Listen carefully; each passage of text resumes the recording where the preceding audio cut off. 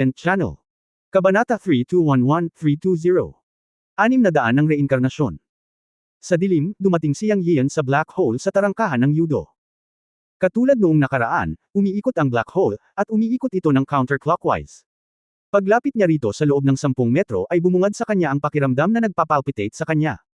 Ito talaga ang uri na nagparamdam sa mga tao ng takot. Ngunit ngayon ay walang pagpipilian si Yang Yian. Sa pagkakataong ito ay gusto niyang pumasok sa black hole para tingnan kung saan ito patungo. O ito ba ay isang lugar sa loob ng isang kuweba? Huminga ng malalim, humakbang si Yang Yian at direktang pumasok sa umiikot na black hole. Sa katunayan, maaari rin niyang gamitin ang lahat ng kanyang magic power upang harapin ang mga posibleng abnormal na sitwasyon, ngunit sino ang nakakaalam na hindi ito gagana? Dahil nalaman niya na nang pumasok siya sa black hole, ang buong tao ay sinipsip ng isang hindi mapaglabanan na malaking puwersa, at ang magic power na dumadaloy sa buong katawan niya ay tuluyang nawala ang epekto nito, o masasabing nawala ang magic power nang pumasok siya sa black hole. Nakaramdam siya ng pait at kawalan ng kakayahan, ngunit wala siyang magagawa. Hinayaan na lang niya ito, at sa halip ay ibinaba ang lahat ng alalahanin sa kanyang puso at hinayaan. Umikot ang katawan. Ito lang ang naramdaman ni Yang Yian. Hindi niya alam kung ilang oras na ang lumipas. Sa umiikot na estadong ito, wala siyang oras upang kalkulahin ang oras at iba pang mga bagay. Sa wakas, naramdaman niyang tumigil na ito. Marahil ito ay maraming araw, o sandali lamang. Nalaman ni Yang Yian na sa wakas ay nawala ang pakiramdam ng pagkahilo. Nang imulat niya ang kanyang mga mata, nakita niyang lumulutang siya sa hangin. Siya ay nasa isang kulay abo na espasyo, tulad ng nasa isang salamin na mundo, dahil ang kulay abo ay eksaktong pareho sa lahat ng direksyon. Walang anuman, ang katahimikan ng paghinga, at hindi ang kadiliman na inaakala. Ito ay hindi isang kuweba, at hindi rin ito ibang mundo. Isa lang itong kulay abong espasyo na tila walang katapusan, ngunit hindi partikular na malaki kapag tiningnan mong mabuti. Sinubukan ni Yang Yian na tumayo, ngunit nakita niyang napakatigas ng kanyang mga paa, na parabang nakatapak siya sa sahig. Naglakad-lakad siya upang tingnan kung may makikita siya, ngunit wala siyang nakita pagkatapos maglibot. Sa halip, natagpuan niya na ang espasyong ito ay talagang napakaliit, parisukat at 100 metro lamang ang diametro. Sa unang tingin ay malaki ang itsura nito dahil sa sobrang ayos at uniforme ng kulay. Bilang karagdagan, nalaman niyang walang pasukan o labasan. Ngayon ay medyo nagpanik na siya. At least umalis ka sa entrance para pumasok diba? Kahit walang mahanap, makakalabas pa rin ako diba? Pero wala na. Wala, ang lugar na ito ay mas parang isang saradong malaking kahon. Ano ba itong lugar na ito? Nagmura si Yang Yian. Walang tunog, walang mga bagay, at maging ang kulay ay kulay abo. Ang nakakatakot pa ay nalaman niyang dito pa rin nawawala ang kanyang magic power, at ngayon ay isa na lang siyang mortal. Pekeng sabihin na hindi siya nagpapanik. Anong nangyayari? May sumasagot ba? Malakas na sigaw ni Yang Yian. Sa pagkakataong ito, sa wakas ay may pagbabago na. Tanging isang malutong na boses ang tumunog, sa wakas nandito ka na. Parang boses bata. WHO. Biglang lumingon si Yang Yian at lumingalinga sa paligid, ngunit wala siyang nakitang sinumang lumilitaw sa buong kalawakan. Huwag mo akong hanapin, nasa lahat ako. Sa pagkakataong ito nang tumunog ang pangungusap na ito, sa wakas ay nagbago ang hindi nagbabagong espasyo, at biglang naramdaman ni Yang Yian na may liwanag sa itaas ng kanyang ulo. Pagtingin ko, nakita ko ang 6 na halos itim, puti, pula, kulay abo, berde, ginto, at asol sa kalangitan. Nang ang 6 na kulay ay naglalabas ng malabong halo, biglang lumitaw ang isang bilog. Ito ay isang 200 milyong tai chi sa loob nito. Ang 6 na pinagmulan ay lumitaw sa isang bilog, na kung saan ay ang 6 na kulay ng itim, puti, pula, kulay abo, ginto, at berde. Mukhang napaka-representante at makabuluhan. Pagkatapos ay naramdaman ni Yang Yian na umikot ang buong espasyo, at nalaman niyang ang 6 na kulay na pattern na ito ng 2 elemento na 6 na puntos na may diameter na humigit kumulang 9 na metro ay lumitaw sa kanyang harapan na parang pattern ng ilang uri ng porma sayon. Sa wakas, hindi na niya kailangang tumangala. Nawala rin ang kulay abo sa paligid niya. Ngunit natagpuan niya na ang kulay ng kalaliman ay nasa isang mabituing kalangitan. Bago pa siya makapag-react ay nagbago na naman ang paligid. Ang kalaliman ay muling nagkagulo, at pagkatapos ay may mga bundok at ilog, asol na langit at puting ulap, at malalim na dagat. Sa madaling salita, ang kapaligiran ay patuloy na nagbabago, ngunit ang pattern ng 2 elemento na 6 na puntos sa kanyang harapan ay hindi nagbabago. Nagulat ito kay Yang Yian. Kung iisipin muli ang mga salita ng kabilang partido ngayon lang, ako ay nasa lahat ng dako, ay talagang medyo angkop. Mula sa background, ito ay ganap na eksena ng mga pagbabago ng lahat ng bagay sa mundo. Angkop na sabihin na ito ay nasa lahat ng dako. Hindi niya napigil ang mapalunok at nagtanong, sino? Sino ka? Maaari ka bang lumabas at makita ako? Nakalimutan mo na ako. Nagulat ang kabilang partido, ngunit pagkatapos ay sinabi niya, tama, 3 beses ka nang na-reincarnate, normal lang nakalimutan mo ako, maaari mo akong tawaging Samsara. Nakinig ng mabuti si Yang Yian, at nang marinig niya ang salitang reincarnation, nabigla ang kanyang isip. Kung gusto mong sabihin kung ano ang pinakamahiwagang bagay sa pagitan ng langit at lupa, ito ay dapat na ang 6 na reinkarnasyon. Narinig ko talaga na tinawag ng kabilang partido ang sarili niyang samsara. Ngayong tinitingnan ng pattern ng dalawang yin at yang at 6 na pinanggalingan sa harap niya, talagang akma ito sa eksena. Ito ay napakaangkop na sabihin ang 6 na muling pagkakatawang tao. At parang kilala siya ng reincarnation na ito. Nakita na niya ito dati, o nakapunta na dito. Sa susunod na sandali ay nag-react si Yang Yiyo at napagtanto na ang reinkarnasyon ay dapat na ang banal na emperador ng langit. Sa madaling salita, nakita ng Holy Heavenly Emperor ang reincarnation, hindi nakakagulat na sinabi niya na sa wakas nandito ka na, at maaari ding pag-usapan ang tungkol sa reincarnation na 3 buhay. Isang kasinungalingan ang sabihing hindi siya nabigla. Hindi inaasahan ni Yang Yiyo na isang araw ay makikita niya ang 6 na reinkarnasyon at makakausap ang mga ito. Sa sandaling ito, bukod sa pagkagulat ay nasasabik din siya. Ang Tononabik ay mayroon siyang napakahalagang bagay na itatanong tungkol sa pagkakita sa reincarnation, iyon ay, tungkol kay Liu Lingling. Nang mamatay si Liu Lingling, sinabi ng patay na matandang lalaki na mayroong reincarnation at netherworld sa mundo, at na si Liu Lingling ay nasa netherworld. Nang maglaon, nakilala niya ang maraming tao na nagsabi ng mga katulad na bagay, at pinaniwalaan niya silang lahat, totoo man o mali, dahil si Liu Lingling ang naging pinakamalaking kinahuhumalingan sa kanyang puso. Sinabi rin ni Lord Rabbit na ang pagbubukas ng 6 paths of reincarnation ay magpapahintulot sa isa na makapasok sa netherworld. Siya ay nagtatrabaho patungo sa layuning ito. Sa orihinal, ayon sa mga salita ni Lord Rabbit, kung ang isang tao ay pumasok sa kaharian ng langit na daw at makakalap ng 9 na tao, mabubuksan ng isa ang 600 ng reinkarnasyon. Ngunit pagkatapos ay napakaraming bagay ang nangyari. Sa hindi inaasahan, si Haring Shira ay nasangkot, at siya ay dumating sa araw na ito ng sunod-sunod. Habang bumubuti ang kanyang antas ng paglilinang, lumalim ang kanyang pangunawa sa dakilang Dao. Akala niya ay hindi ganap na tama si Lord Rabbit. Maaaring hindi mabuksan ng 9 na Diyos ng antas ng Heavenly Dao ang 6 paths of reincarnation. Dahil wala siyang gaanong kumpiyansa at oras para huminto, hindi na niya inisip iyon. Sa isang banda, naisip niya na hindi pa hinog ang panahon. Hindi bababa sa lahat ng Shura sa God Realm ay kailangang alisin. Sa kabilang banda, natatakot siya na kung hindi niya mabuksan ang 6 paths of reincarnation, matatakot siya na hindi niya mahanap si Liu Lingling. Sa katunayan, naisip niya na pagkatapos na maalis ang lahat ng Shuras, bubuksan niya ang 600 ng reincarnation at papasok sa netherworld. Kinailangan din niyang sirain ang tunay na katawan ni Haring Shira, at pagkatapos ay mahahanap niya si Liu Lingling. Ngunit ang paghahanap ay isa lamang pag-asa sa kanyang puso. Kung mahahanap niya siya ay ibang usapan. Wala siyang ideya. Pero ngayon iba na. Talagang nakatagpo niya ang 6 na reincarnation. Ang maalamat na 6 na reinkarnasyon ay ang code ng langit at lupa na nabuo ng kalikasan. Kinokontrol nila ang reinkarnasyon ng lahat ng nabubuhay na bagay. Ang lahat ng mga espiritu sa mundo ay nasa reincarnation. Maaari silang ipanganak muli sa mundo ng mga tao, sa makalangit na mundo, sa mundo ng hayop, sa mundo ng Asura, sa netherworld, at sa mundo ng damo at kahoy. Ang 6 na reinkarnasyon ay walang katapusan, at lahat ng bagay ay nasa reinkarnasyon. Gusto niyang malaman ang impormasyon ni Liu Lingling. Nasa netherworld ba siya? O si Liu Lingling ay muling nagkatawang tao sa mundo at muling pumasok sa mundo ng tao bilang isang tao? O siya ba ay pumasok sa makalangit na mundo at naging isang immortal o isang Diyos? O siya ay muling nagkatawang tao sa mundo ng hayop at naging isang ordinaryong hayop, isang espiritual na hayop? O siya ba ay pumasok sa mundo ng Asura at naging isang Asura, o siya ba ay muling nagkatawang tao sa isang malaking puno o isang maliit na damo, o kahit na siya ay nanatili pa rin sa netherworld, Sa sandaling ito, maraming iniisip si Yang Yiyo tungkol kay Liu Lingling. Ang 6 paths of reincarnation ang namamahala sa reincarnation ng lahat ng nabubuhay na bagay. Ang pagtatanong kay Liu Lingling tungkol dito ay dapat na posible. Nang iniisip ito, tuwang-tuwang sinabi ni Yang Yiyo, Ikaw ba talaga ang 600 ng reincarnation? To be precise, ito ay ang kamalayan ng 6 paths of reincarnation. Maaari mo ring isipin na ako ang 6 paths of reincarnation, na tama rin. Tumunog ang boses ng samsara. Tuwang-tuwa si Yang Yiyo at tuwang-tuwang sinabi, gusto kong magtanong sa isang tao, maaari mo ba akong tulungang mahanap ito? Sa sobrang pag-asa at panonibik, unang nagtanong si Yang Yiyo tungkol kay Liu Lingling. Ngunit sa susunod na sandali, narinig niya ang samsara na diretsyong nagsabi, hindi. Natigilan sandali si Yang Yiyo, at pagkatapos ay sumigaw, bakit hindi? Hindi ba't ikaw ang 600 ng reinkarnasyon? Ang pagkalipol at muling pagsilang ng lahat ng nabubuhay na bagay ay dapat dumaan sa iyo. Ang 600 ng reinkarnasyon, bakit hindi? Nag-iba ang tono niya sa pagkasabik. Kabanata 3212 Panguwil at Heart of Heaven. Ang mga salitang, hindi, ay binigkas ni Samsara, na nagparamdam kay Yang Yian ng labis na pagkabigo. Malakas niyang tinanong kung bakit.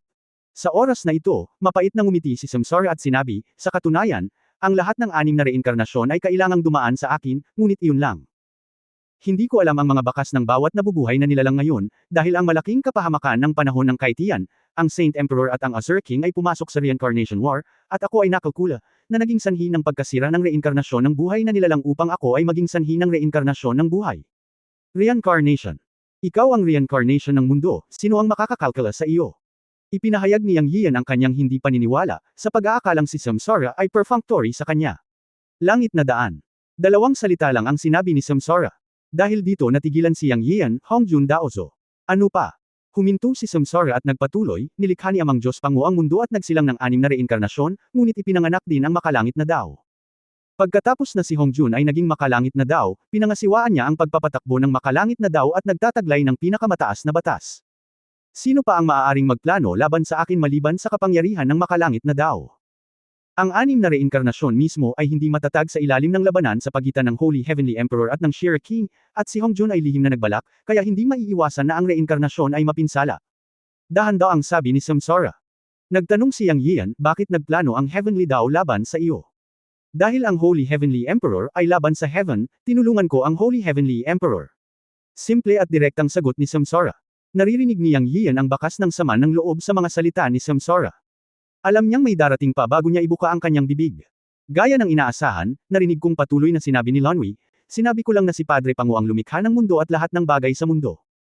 Sa kasamaang palad, pagkatapos na matagumpay na likhain ni Padre Pangu ang mundo, naubos niya ang huling bahagi ng kanyang banal na kapangyarihan bago ang lahat ng bagay ay mapangalagaan at makumplito, at ito ay nakakalat sa pagitan ng langit at lupa, kaya ang isa sa mga makalangit na paraan ay nawawala. Noong una, hindi ito malaking bagay. Hanggat ang makalangit na paraan ay natural na gumagana, ang nawawalang makalangit na paraan ay sa kalaunan ay matatapos ng mag-isa. Ngunit si Hongjun ay tumalon at nagkatawang tao sa makalangit na paraan, na kinokontrol ang operasyon ng buong celestial na mundo, upang ang nawawalang makalangit na daan ay hindi makumplito sa huli. Kung hindi makumplito ang makalangit na paraan, magkakaroon ng malalaking problema. Hindi sa perpektong celestial na mundo, magkakaroon ng lahat ng uri ng natural na sakuna, lahat ng uri ng kadiliman, at lahat ng uri ng negatibong bagay, na sa kalaunan ay makakaapekto sa operasyon ng Heavenly Dao. Si Hongjun, na siyang pagkakatawang tao ng Heavenly Dao at ang namamahala sa Heavenly Dao, ay natural na maaapektuhan ng mga pagkukulang ng Heavenly Dao. Sa makatuwid, sa tuwing hindi matatag ang Heavenly Dao, maglulunsad siya ng isang sakuna, papatay at pananakit sa hindi mabilang na mga nilalang. Ang mga patay at nasugatan ng mga nilalang na ito ay ang pagkakatawang tao ni Pangu ang Amang Diyos, at sila ay nagtataglay ng kristalisasyon ng kapangyarihan ng Amang Diyos. Ginagamit ito ni Hongjun para ayusin ang mga pagkukulang ng Heavenly Dao at patatagin ang operasyon ng Heavenly Dao, o para patatagin ang sarili. Ngunit sa ganitong paraan, ang mga nilalang sa mundo ay nagdurusa, at sa paglipas ng panahon. Natural, may makakatuklas ng problema ng kakulangan ng Heavenly Dao, at ang problema ng Hongjun na naglulunsad ng isang sakuna. Kaya natural, ang mga lumalaban sa langit ay lilito. Si Saint Tiandi ay isang tipikal na karakter. Binunot niya ang kanyang espada patungo sa langit. Ngunit pinagkadalubhasaan ni Hongjun ang Heavenly Dao, at hindi niya ito kayang talunin. Bilang Heavenly Dao, natural na hindi matitiis ni Hongjun ang mga lumalaban sa Heaven, kaya nagkaroon ng labanan sa pagitan ng Saint Tiandi at Shira King. Nawasak ang langit sa labanan, at hinabol ni Saint Tiandi si Haring Shira at pumasok sa reinkarnasyon. Sa reincarnation, tinulungan ko si Saint Tiandi, kaya galit na galit si Hongjun Heavenly Dao, at nagplano siya laban sa akin, na nagdulot ng pinsala sa 6 na reincarnation, kaya simula noon, hindi ko na masubaybayan ang mga bakas ng mga nilalang na dumaan sa 6 na reinkarnasyon. Kaya lang hindi kita matutulungan. Kung bakit ko tinulungan ang Holy Emperor na harapin ang Azure King, una, ang Azure King ay ipinanganak sa Netherworld Bloodsea at orihinal na kabilang sa Netherworld, kaya hindi siya dapat lumitaw sa God Realm. Ang pagsalakay sa God Realm ay resulta ng kalooban ng langit na Dao, na labag sa kalooban ng Amang Diyos Pangu. Siyempre, kailangan kong tulungan ang Holy Emperor. Pangalawa, ang kontrol ni Hongjun sa Heavenly Dao ay laban sa Amang Diyos na si Pangu. Bilang reincarnation na binago ng banal na core ng Amang Diyos Pangu, dapat kong labanan ng langit na Dao at suwayin ang Amang Diyos Pangu. Hindi maiiwasan na ako ay kalkulahin ni Hongjun. Maraming sinabi ang reincarnation, at naintindihan ito ni Yang Yio. Ngunit ang mahalaga sa kanya sa ngayon ay ang mga gawain pa rin ni Liu Lingling. Kung sa ibang bagay, wala siyang masyadong pakialam. Hindi sinasadyang nagtanong, hindi ko na ba mahahanap muli si Liu Lingling? Maaaring hindi iyon ang kaso. Sabi ng reincarnation. Gumalaw ang puso ni Yang Yian at mabilis siyang nagtanong, ano ang ibig mong sabihin? Sinabi ni Samsara, sa katunayan, ikaw ang muling pagkakatawang tao ng banal na emperador. Alam mo ito sa iyong puso, ngunit hindi mo lang inaamin. Kung gusto mong mahanap ang taong mahalaga sa iyo, may isang paraan lamang upang pumunta. Medyo nakakalito ang mga salita ni Samsara, ngunit sa wakas ay sinabi niya na may paraan. Ano? Tanong ni Yang Yian. Magpatuloy sa pagtahak sa landas ng pagsuway sa langit, kumpletuhin ang makalangit na paraan, palitan ang makalangit na paraan ni Hongjun, ikaw ang daan ng makalangit na katawan, at ang reincarnation ng lahat ng nabubuhay na bagay sa buong celestial na mundo ay mananatili sa iyong isip. Kahit na ito ay muling nagkatawang tao sa daan-daan at libu-libong buhay at naging 6 na landas, ang anumang sinabing nabubuhay na bagay ay dahan-daang matatagpuan. Puno ng itim na linya ang mukha ni Yang Yiyo, at mapait siyang ngumiti. Sa mundong ito, ang Heavenly daw ang pinakadakila, sino ang makakalaban sa Heaven? Ano ang mangyayari sa Holy Heavenly Emperor kung lalaban siya sa Heaven? Mali ka, ang Heavenly daw ay hindi ang pinakadakila, ang Great daw ay, at ang Great daw ay kaguluhan. Hongjun man ito o ikaw. Parehong ipinanganak sa kaguluhan. Sa teorya, ikaw at si Hongjun ay pantay. Ang pagkakaiba ay nasa mundo ng Pangu Father God, si Hongjun ang kumokontrol sa Heavenly Dao. Sa ibabaw, ito ay tunay na Dao at hindi na mababago ang Heavenly. Ngunit walang ganap. Mayroon kang isang bagay na wala kay Hongjun, at ito ang ugat ng iyong kakayahang lumaban sa langit. Medyo natuwa si Samsara nang magsalita siya sa sandaling ito. Hindi sinasadyang nagtanong si Yang Yiyo, ano? Alam niyang may isang bagay na napakalakas sa kanya na maaaring magbigay sa kanya ng kakayahang lumaban sa langit. Heavenly Heart, sabi ni Samsara. Heavenly Heart. Naguguluhan si Yang Yiyo. Sa katunayan, sa Holy Heavenly Emperor iyon, ngunit dahil nakuha niya ang Heavenly Heart, hindi niya nakita kung gaano kalakas ang Heavenly Heart. Sa karamihan, pinalakas nito ang kanyang kapangyarihan sa Yuan Shen, at walang espesyal tungkol dito. Oo, ito ay ang puso ng langit. Sa katunayan, ang puso ng langit ay ang kalooban at kapangyarihan ni Padre Pangu. Nang si Saint Tiandi ay ipinanganak sa kaguluhan, nakuha niya ang kalooban ni Padre Pangu dahil ang langit na daw ay nawawala ang isa sa mga elemento nito. Ito rin ay swerte ni Saint Tiandi na siya ay naglakas loob na magsumikap na malimpasan ang langit na daw dahil nasa kanya ang Heavenly Daw at sumasalungat sa Heavenly Daw ng Heaven, na kung saan pagmamana ng kalooban ni Padre Pangu. Ang Holy Heavenly Emperor mismo ay hindi alam ito, ni sino man ang nakakaalam nito. Hanggang sa ang banal na Heavenly Emperor at ang Azure King ay lumaban at pumasok sa 6 paths of reincarnation na ako, bilang banal na core ng Pangu Father God, nadama na ang Heavenly Heart in the Holy Heavenly Emperor ay ang kalooban ng Pangu Father God. Kaya tinulungan ko ang Holy Heavenly Emperor na sugpuin ang Azure King at tinalo siya pabalik sa Netherworld Blood Sea, na naging sanhi ng pagkalkula ng Heavenly Dao Hongjun at nasira ang reincarnation. Ang banal na emperador ng langit ay pumasok sa reinkarnasyon upang muling linangin, na napag-usapan din sa kanya noong taong iyon. Dahil hindi ginampanan ng Holy Heavenly Emperor na nagtataglay ng Heavenly Heart ang tunay na layunin ng Heavenly Heart, ang layuning ito ay talagang talento upang maunawaan ang lahat ng bagay sa mundo ng Pangu. Kung hindi ka muling magkakatawang tao at magsimulang muli mula sa isang mortal, hindi mo mararanasan ang paggamit ng puso ng langit. Ang Holy Heavenly Emperor ay muling nagkatawang tao ng 3 beses para gawin ka kung ano ka ngayon. Kung hindi, sino sa 3 kaharian ang maaaring magkaroon ng napakabilis na bilis ng paglilinang gaya mo? Sa wala pang 1,000,000 taon, maaari kang pumasok sa Saint Path. Mula sa isang first level na mortal. Kahit na para sa mga henyo na may mga pambihirang talento, alin ang hindi kumuha ng isang panahon o kahit na ilang mga panahon upang makapasok sa Saint Path. At nakamit mo ang banal na paraan sa wala pang 1,000,000 taon. Ito ang akumulasyon ng 3 reinkarnasyon ng banal na emperador. Pinahintulutan ka ng Qiankun God Emperor sa ikalawang buhay na pumunta mula sa mortal na mundo hanggang sa banal na mundo. Ngayon ay nakuha mo na ang Heavenly Heart na iniwan ng Holy Emperor. Mula ngayon hanggang ngayon, naging maayos ang lahat sa akin. Mula sa buhay na ito, ang paglalakbay laban sa langit ay tiyak na magtatagumpay. Mula ngayon, unti-unting tutulungan ka ng kapangyarihan ng Heavenly Heart na maunawaan ang asensya ng lahat ng kapangyarihan sa mundo. Ito ang tao. Kapag lubos mong naiintindihan ang Heavenly Heart, mapapalitan mo ang Heavenly Dao Hongjun, gawing perpekto ang mundo na binuksan ni Pangu ang Amang Diyos, at sa wakas ay kumpletuhin ang hitsura ng isang tunay na perpektong mundo. Isang perpektong mundo na walang mga sakuna, isang mundo kung saan ang lahat ng nabubuhay na bagay ay may normal na reinkarnasyon, isang mundo kung saan ang mga Diyos ay nabubuhay magpakailanman at tinatamasa ang kalayaan, ang mga salita ni Samsara ay umalangaw na parang kulog. Ngunit mapait na ngumiti si Yang Yiyo at sinabing, hindi ba't ang sinabi mo rin? Hindi sinabi ni Yang Yiyo ang natitirang mga salita, ngunit napakalinaw ng kahulugan. Masyado kang pantasya, tama. Sa ilalim ng Heavenly Dao, paano ito magiging napakakinas para sa akin? Sabi ni Samsara, naiintindihan ko ang ibig mong sabihin, at alam kong nag-aalala ka sa paghadlang ng Heavenly Dao Hongjun, ngunit ito rin ang layunin ng ating pagkikita ngayon. Bilang reinkarnasyon ng 600, ako ay binago mula sa kaibuturan ng Pangu, ang amang Diyos, kaya natural na makakatulong ako sa iyo. Hinahayaan mo ang langit na puso o pangus na magbukas ngayon, na ngayon ay gagawa ng mahusay na pag-unlad ng iyong puso o pangus. Magkakaroon ka ng kapital para harapin siya Hongjun. Nang marinig ito, talagang tumalon ang puso ni Yang Yio. Matapos ang mahabang pag-uusap, ito ang highlight na pinahahalagahan niya. Ang pakikipagsapalaran sa black hole ay ang paghahanap ng kapangyarihang basagin ang sheer blood sea sa labas ng mundo. Kabanata 3213, ang Reincarnation Channel ay humahantong sa Netherworld.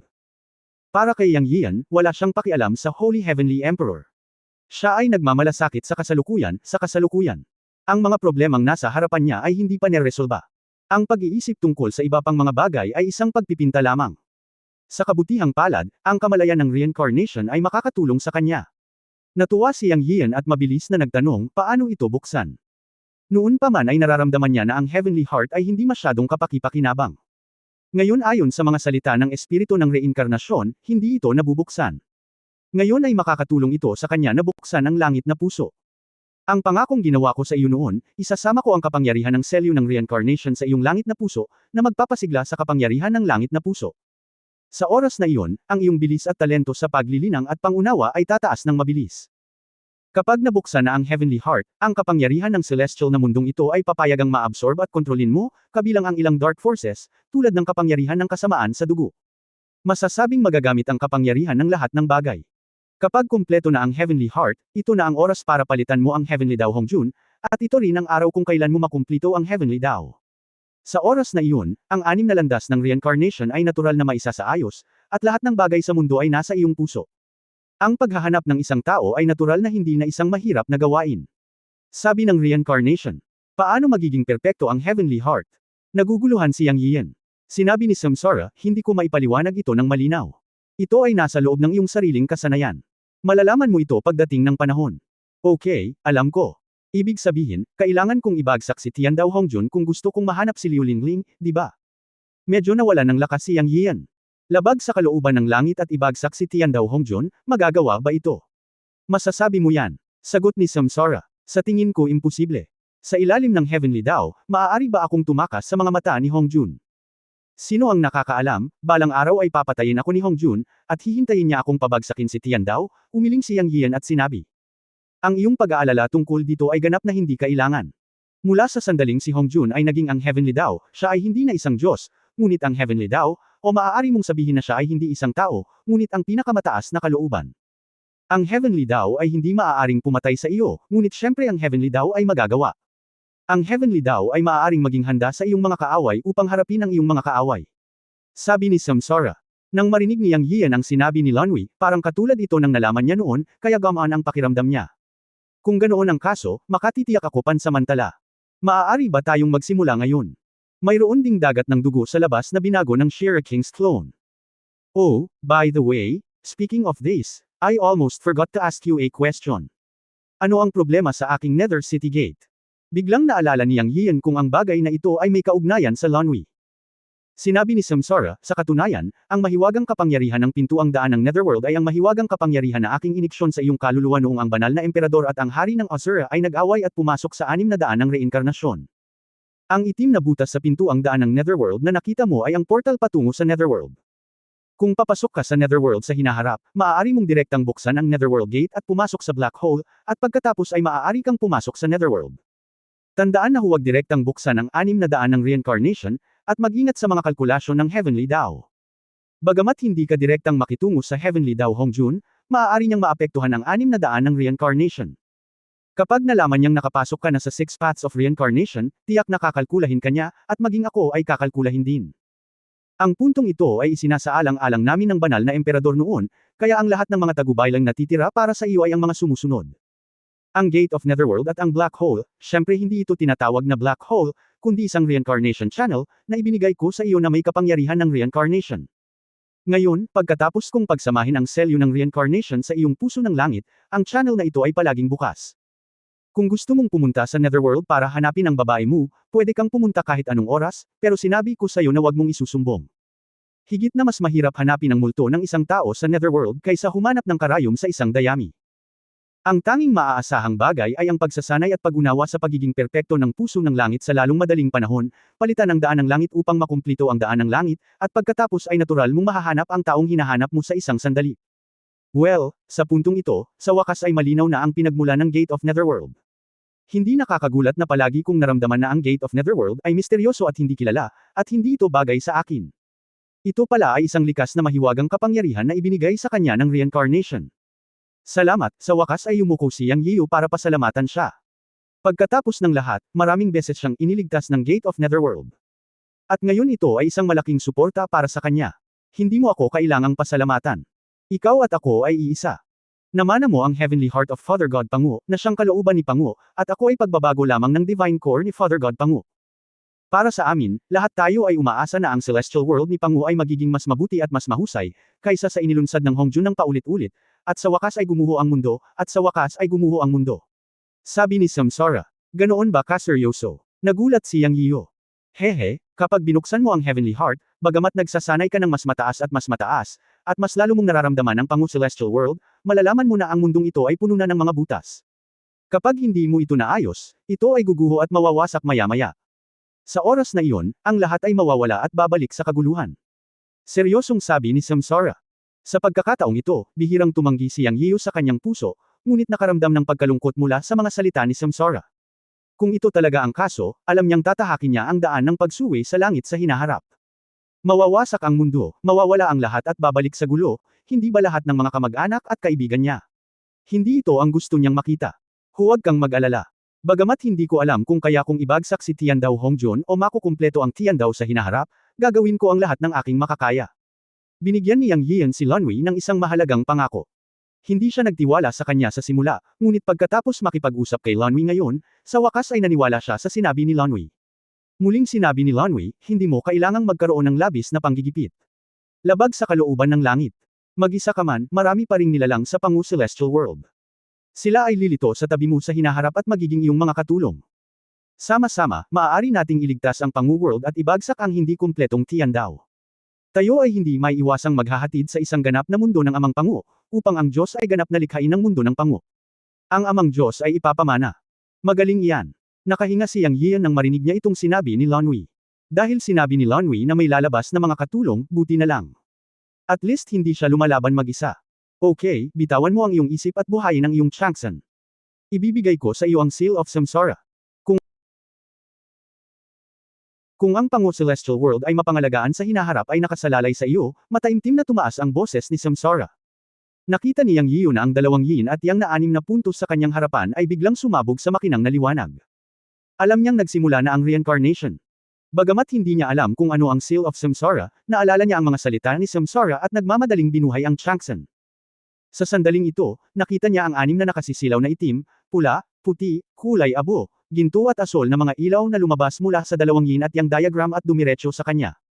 Sa susunod na sandali, ipinikit niya ang kanyang mga mata sa ilalim ng liwanag na nakasisilaw. Tapos may matinding sakit sa kilay, at parang sasabog ang ulo. Sa sobrang sakit ay gusto niyang umungol, ngunit hindi siya makagawa ng ingay. Pagkatapos ay naramdaman niya na ang kanyang dagat ng mga Diyos ay napuno ng napakalaking kapangyarihan, at ang kanyang kaluluwa ay nanginig. Malinaw niyang naramdaman na 6 na gas ang nag-drill sa Changsan. Ngunit sa sandaling ito, ang sakit sa kaibuturan ng kanyang kaluluwa ay lalong tumitindi, kaya tuluyang lumabo ang kanyang kamalayan. Siya, tuluyang nahulog sa dilim. Hindi ko alam kung gaano katagal, dahan-daang nagkamalay si Yang Yian, at nang magising siyang muli, nalaman niyang bumalik siya sa madilim na mundo ng Nether City Gate. Master, boses ni Blood Infant ang narinig niya. Daor! Tumayo si Yang Yian at nakita ang kanyang apprentice. Master, gising ka na, masaya si Blood Infant. Paano ako nakalabas? Tiningnan ni Yang Yian ang lugar sa labas ng black hole sa sandaling ito. Ang dugong sanggol ay nagsabi, noon, nakakita ako ng 6 na kulay ng liwanag na kumikislap sa dilim, kaya't sumugod ako at nakita kita, guro, nakahiga rito. Naunawaan ni Yang Yiu sa pagkakataong ito na maaaring ang reincarnation ang nagpaalis sa kanya. Gayunpaman, sa sandaling ito, nang maramdaman niya ito, ang kabilang panig ng black hole ay wala ng hininga ng muling pagkakatawang tao, ngunit sa halip ay isang malawak at napakalalim na espasyo na naiiba at madilim. Sa pag-iisip tungkol sa sinabi ng reincarnation, ang kabilang panig ng black hole na ito ay walang alinlangan na ang Netherworld, na nangangahulugang maaari siyang makapasok sa Netherworld dito anumang oras sa hinaharap. At naramdaman ang puso ng langit sa kaluluwa. Natigilan siya saglit, wala na ito. Nawala ang puso ng langit. Ngunit iba ang kanyang kaluluwa, at naramdaman pa niyang iba ang mundo sa loob ng gate ng Netherworld. Isang pakiramdam ng pagtataka ang lumitaw sa kanyang puso, isang hindi maipaliwanag na pakiramdam, ngunit napaka-misteryoso. Sa sandaling ito, alam niyang Yiyo na ang reincarnation ang tumulong sa kanya na buksan ang puso ng langit. Ang puso ng langit ay kalooban ni Pangu. Bago ito nabuksan, ito ay umiral sa kaluluwa tulad ng isang bola ng ambon, ngunit ngayon pagkatapos itong mabuksan, ang kalooban at siya ay ganap na pinagsama. Ito ang pakiramdam na misteryosong nagbago ang mundo. Wala ngayon, hayaan mo akong magsalita tungkol sa pagtatapos ng librong ito at sa kamakailang sitwasyon. Natigilan ako, naiinis ako, at ayaw kong pilitin ang sarili kong magsulat, kaya hindi ako magsusulat ngayon. Well, some readers may criticize me, but I can only say, be gentle with your words. Isumpa mo lang ako. Huwag mo idamay ang pamilya ko, ayokong mag-reply sa'yo, hindi dahil sa takot ako sa'yo, kundi dahil hindi na kailangan. Tungkol naman sa mga nobela, kung mababasa mo, basahin mo. Kung hindi mo ito mabasa, maghiwalay na lang ng paraan ng maayos. Ang pagmumura ay magmumukha lamang na napakaranggal. At ang pangunahing punto ay ito ang pagtatapos. Tinatansya ko na maaaring tumagal ng mas mababa sa 1 buwan upang matapos. Aking napakasama ng pisikal na kondisyon nitong nakaraang 2 buwan. Maaaring alam ng ilang matatandang mambabasa kung ano ang nangyayari. Pinipilit ko pa ring mag-type sa keyboard araw-araw. Hindi ako sumuko at huminto sa pag-update ng direkta, kaya't mangyaring ang mga mambabasa na may mga reklamo, tiisin mo ako at hayaan akong tapusin ang libro ng maayos. Anyway, matatapos din ito sa loob ng ilang araw. Hindi ko nasasabihin. Sabik na sabik ako. Kapag na-type ko ang mga salitang ito, maghahanda akong ayusin ang balangkas ng pagtatapos sa gabi, at babasahin ito ng lahat bukas. Sa itaas, pupunta ako sa palasyo. Kabanata 3214 si Yang Yiyo ay nilamon ng Shire King. Alam ni Yang Yiyan na ang Changsan ay hindi nawala, ngunit sumanib sa Yuanshen. Ito ang pagsasanib ng kamalayan ni Pangu. Binigyan siya ng buong mundo ng ibang pakiramdam. Ipinikit ang kanyang mga mata upang maramdaman at maranasan ang mga pagbabago sa Yuanshen. Nalaman ni Yang Yiyan na bilang karagdagan sa pagiging maliit, siya ay napakamangmang din. Ito ay isang pakiramdam, mula sa unang misteryo, hanggang sa parami ng mga pagbabago sa pandama, bigla niyang nalaman na siya ay naging pamilyar sa hindi pamilyar, pagkatapos ay sa kamangmangan, at sa wakas ay takot. Lahat ng uri ng pandama ay ipinadala sa kanyang isipan, tunay na totoo. Ipinaramdam nito sa kanya na nakilala niya muli ang mundong ito. Sa oras na ito ay tulad ng isang napakalaking tagatanggap ng impormasyon, na sumisipsip ng mga pagbabago sa impormasyon mula sa mundong ito. Guro. Guro. Sa oras na ito, muling tumunog ang iyak ng dugong sanggol upang maputol siya at makaalis sa ganitong estado. Medyo natigilan si Yang Yiyan. Master, ano ang nangyayari sa iyo? Naramdaman ng Blood Baby na may mali sa Panginoon ngayon, at tila nagbigay sa kanya ng nakakatakot na aura. Ay, wala, Daor, dapat na tayong lumabas. Bumalik sa katinuan si Yang Yiyan sa isang kisap mata. Alam niya ang dahilan ng pagbabago ng kanyang katawan, ngunit mahirap ipaliwanag ito kay Xiaoying, kaya nagpakatanga na lang siya. Ngunit dapat talaga siyang lumabas sa oras na ito. Mayroon ding dugong dagat na binago ng clone ng Shire King na naghihintay sa kanya sa labas. Guro, maaari mo bang harapin ang dagat ng dugo ng hari ng Shire kapag lumabas ka? Tanong ni Xiaoying kay Yang Yiyan na may pag-aalala. Sa sandaling ito, inayos na niyang ang kanyang sarili mula sa kalagayang iyon. Ngayon ay naunawaan na niya kung ano ang kalooban ni Pangu. Nakikinig sa tanong ng kanyang apprentice, ngumiti si Yang Yiyan at sinabing, siguro posible, Daor, natatakot ka ba? Hindi. Maayos na sagot ni Xiaoying. Ngumiti si Yang Yiyan at sinabing, okay, karapat-dapat kang maging apprentice ko. Daor, tandaan, ang pinakamakapangyarihang puwersa sa mundo ay palaging ang iyong puso, o ang iyong kalooban at pag-iisip. Kung gaano mo kalakas ang gusto mo, magiging kasing lakas ka hanggat gusto mo. Ang talatang ito ay ang pangunawa ni Yang sa ngayon, ngunit hindi ito naintindihan ni Xiaoying sa kanyang mga tainga. Siyempre, hindi ito ipinaliwanag ni Yang ng malinaw sa kanyang apprentice. Huwag muna nating pag-usapan ito sa ngayon. Lumabas tayo. Tara at patayin natin si Pu Zuei at ang kanyang Shire King clone. Habang bumabagsak ang mga salita, kumikilos ang puso ni Yang Yiyo, at kinuha niya ang dugong sanggol palabas ng gate ng yudo sa susunod na sandali. Nasa labas pa rin ang walang hangganang dagat ng dugo, na may dagat ng dugo na sumisira sa kaluluwa at katawan.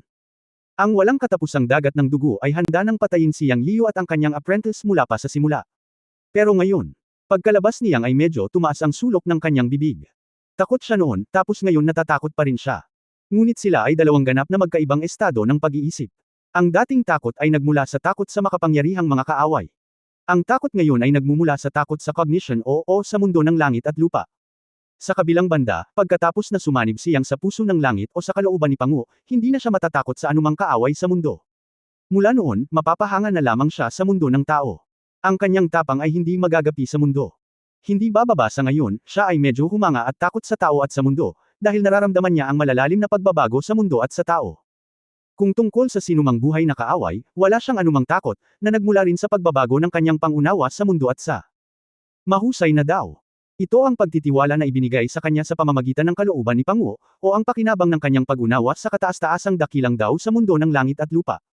Boom boom! 3 metro sa harap ng tarangkahan ng yudo, ang dagat ng dugo ay umaalon, at ang mga alon ay daan-daang talampakan ng taas, na tila hinahamon si Yang Yiyu ng may paghamak.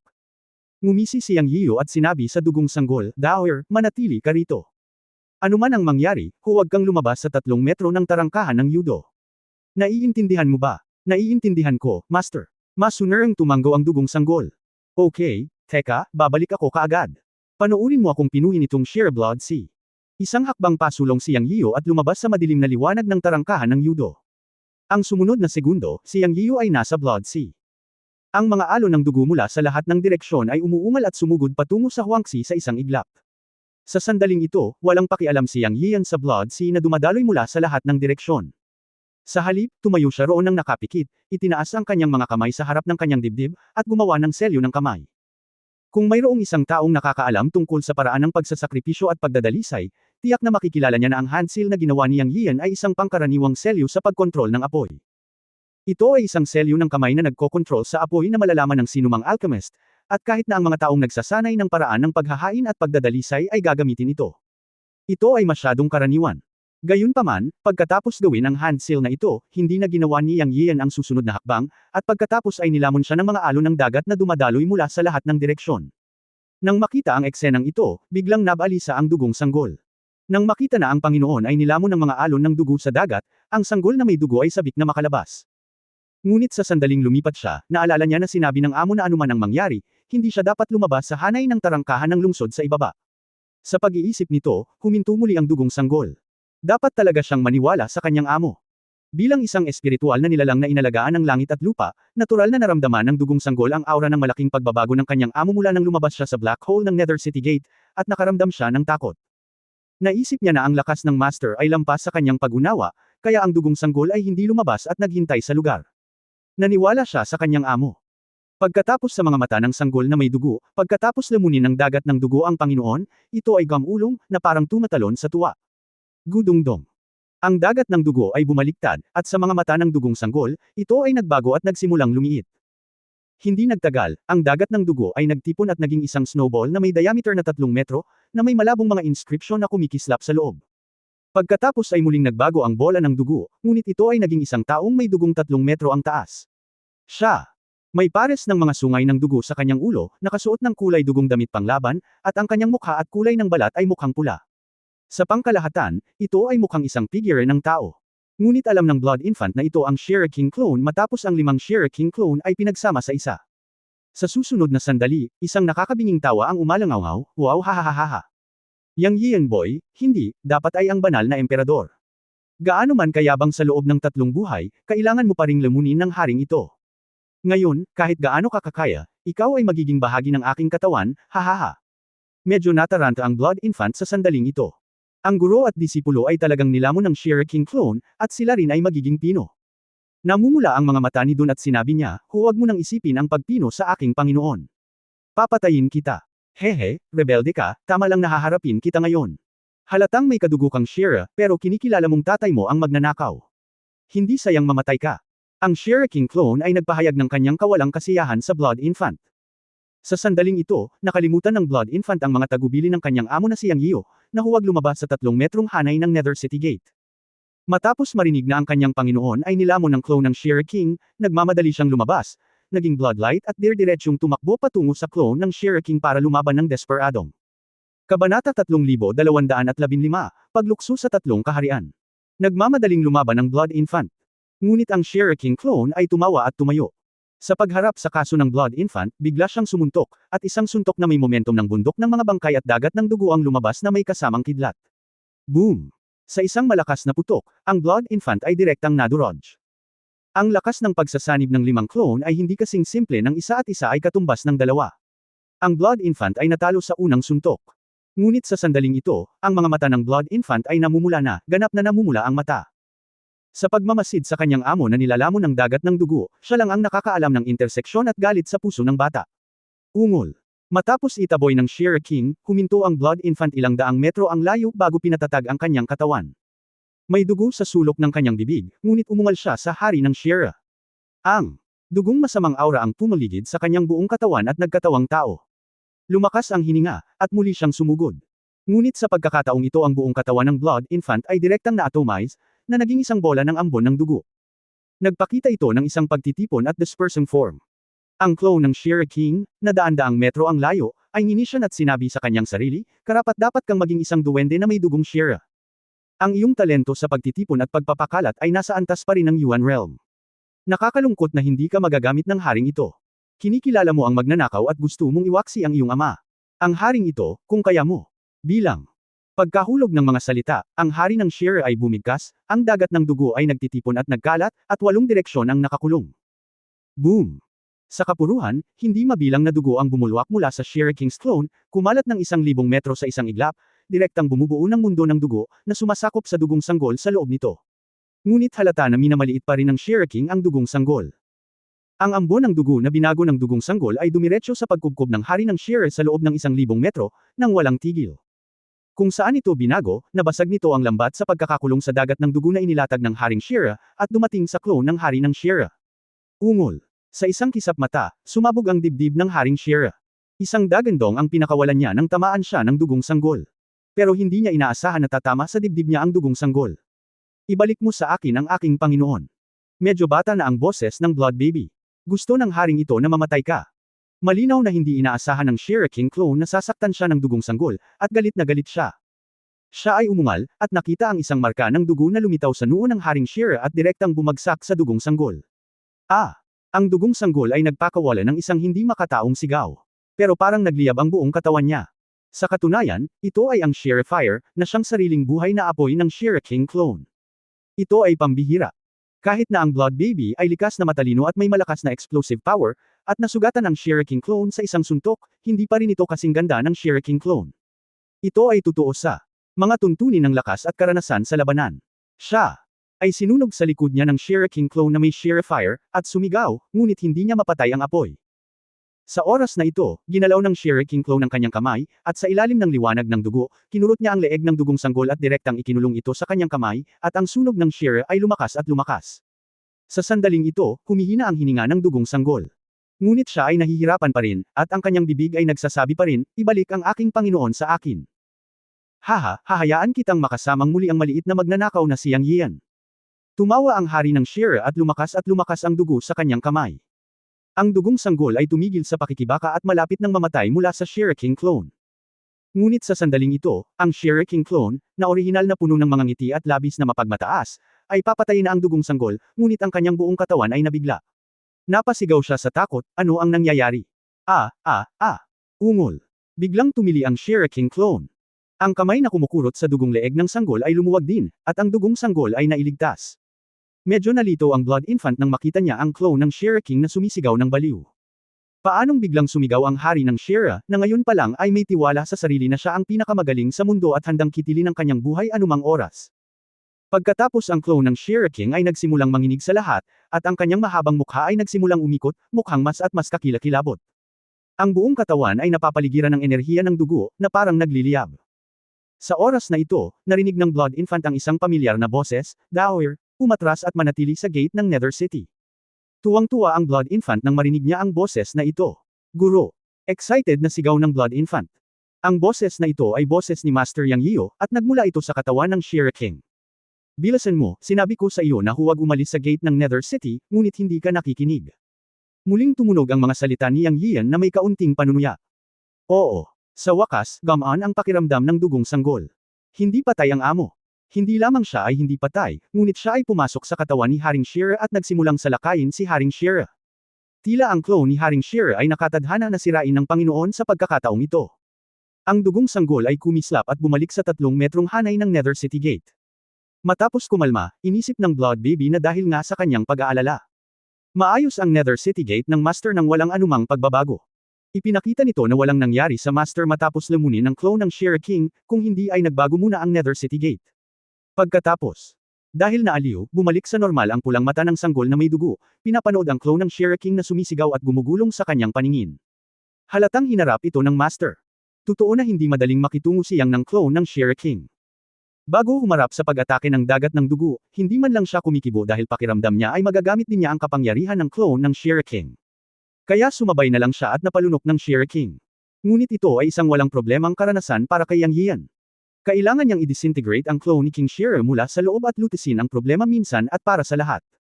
Isang bagay lang ang kailangan niyang gawin, na pinuhin ang clone ni King Shira.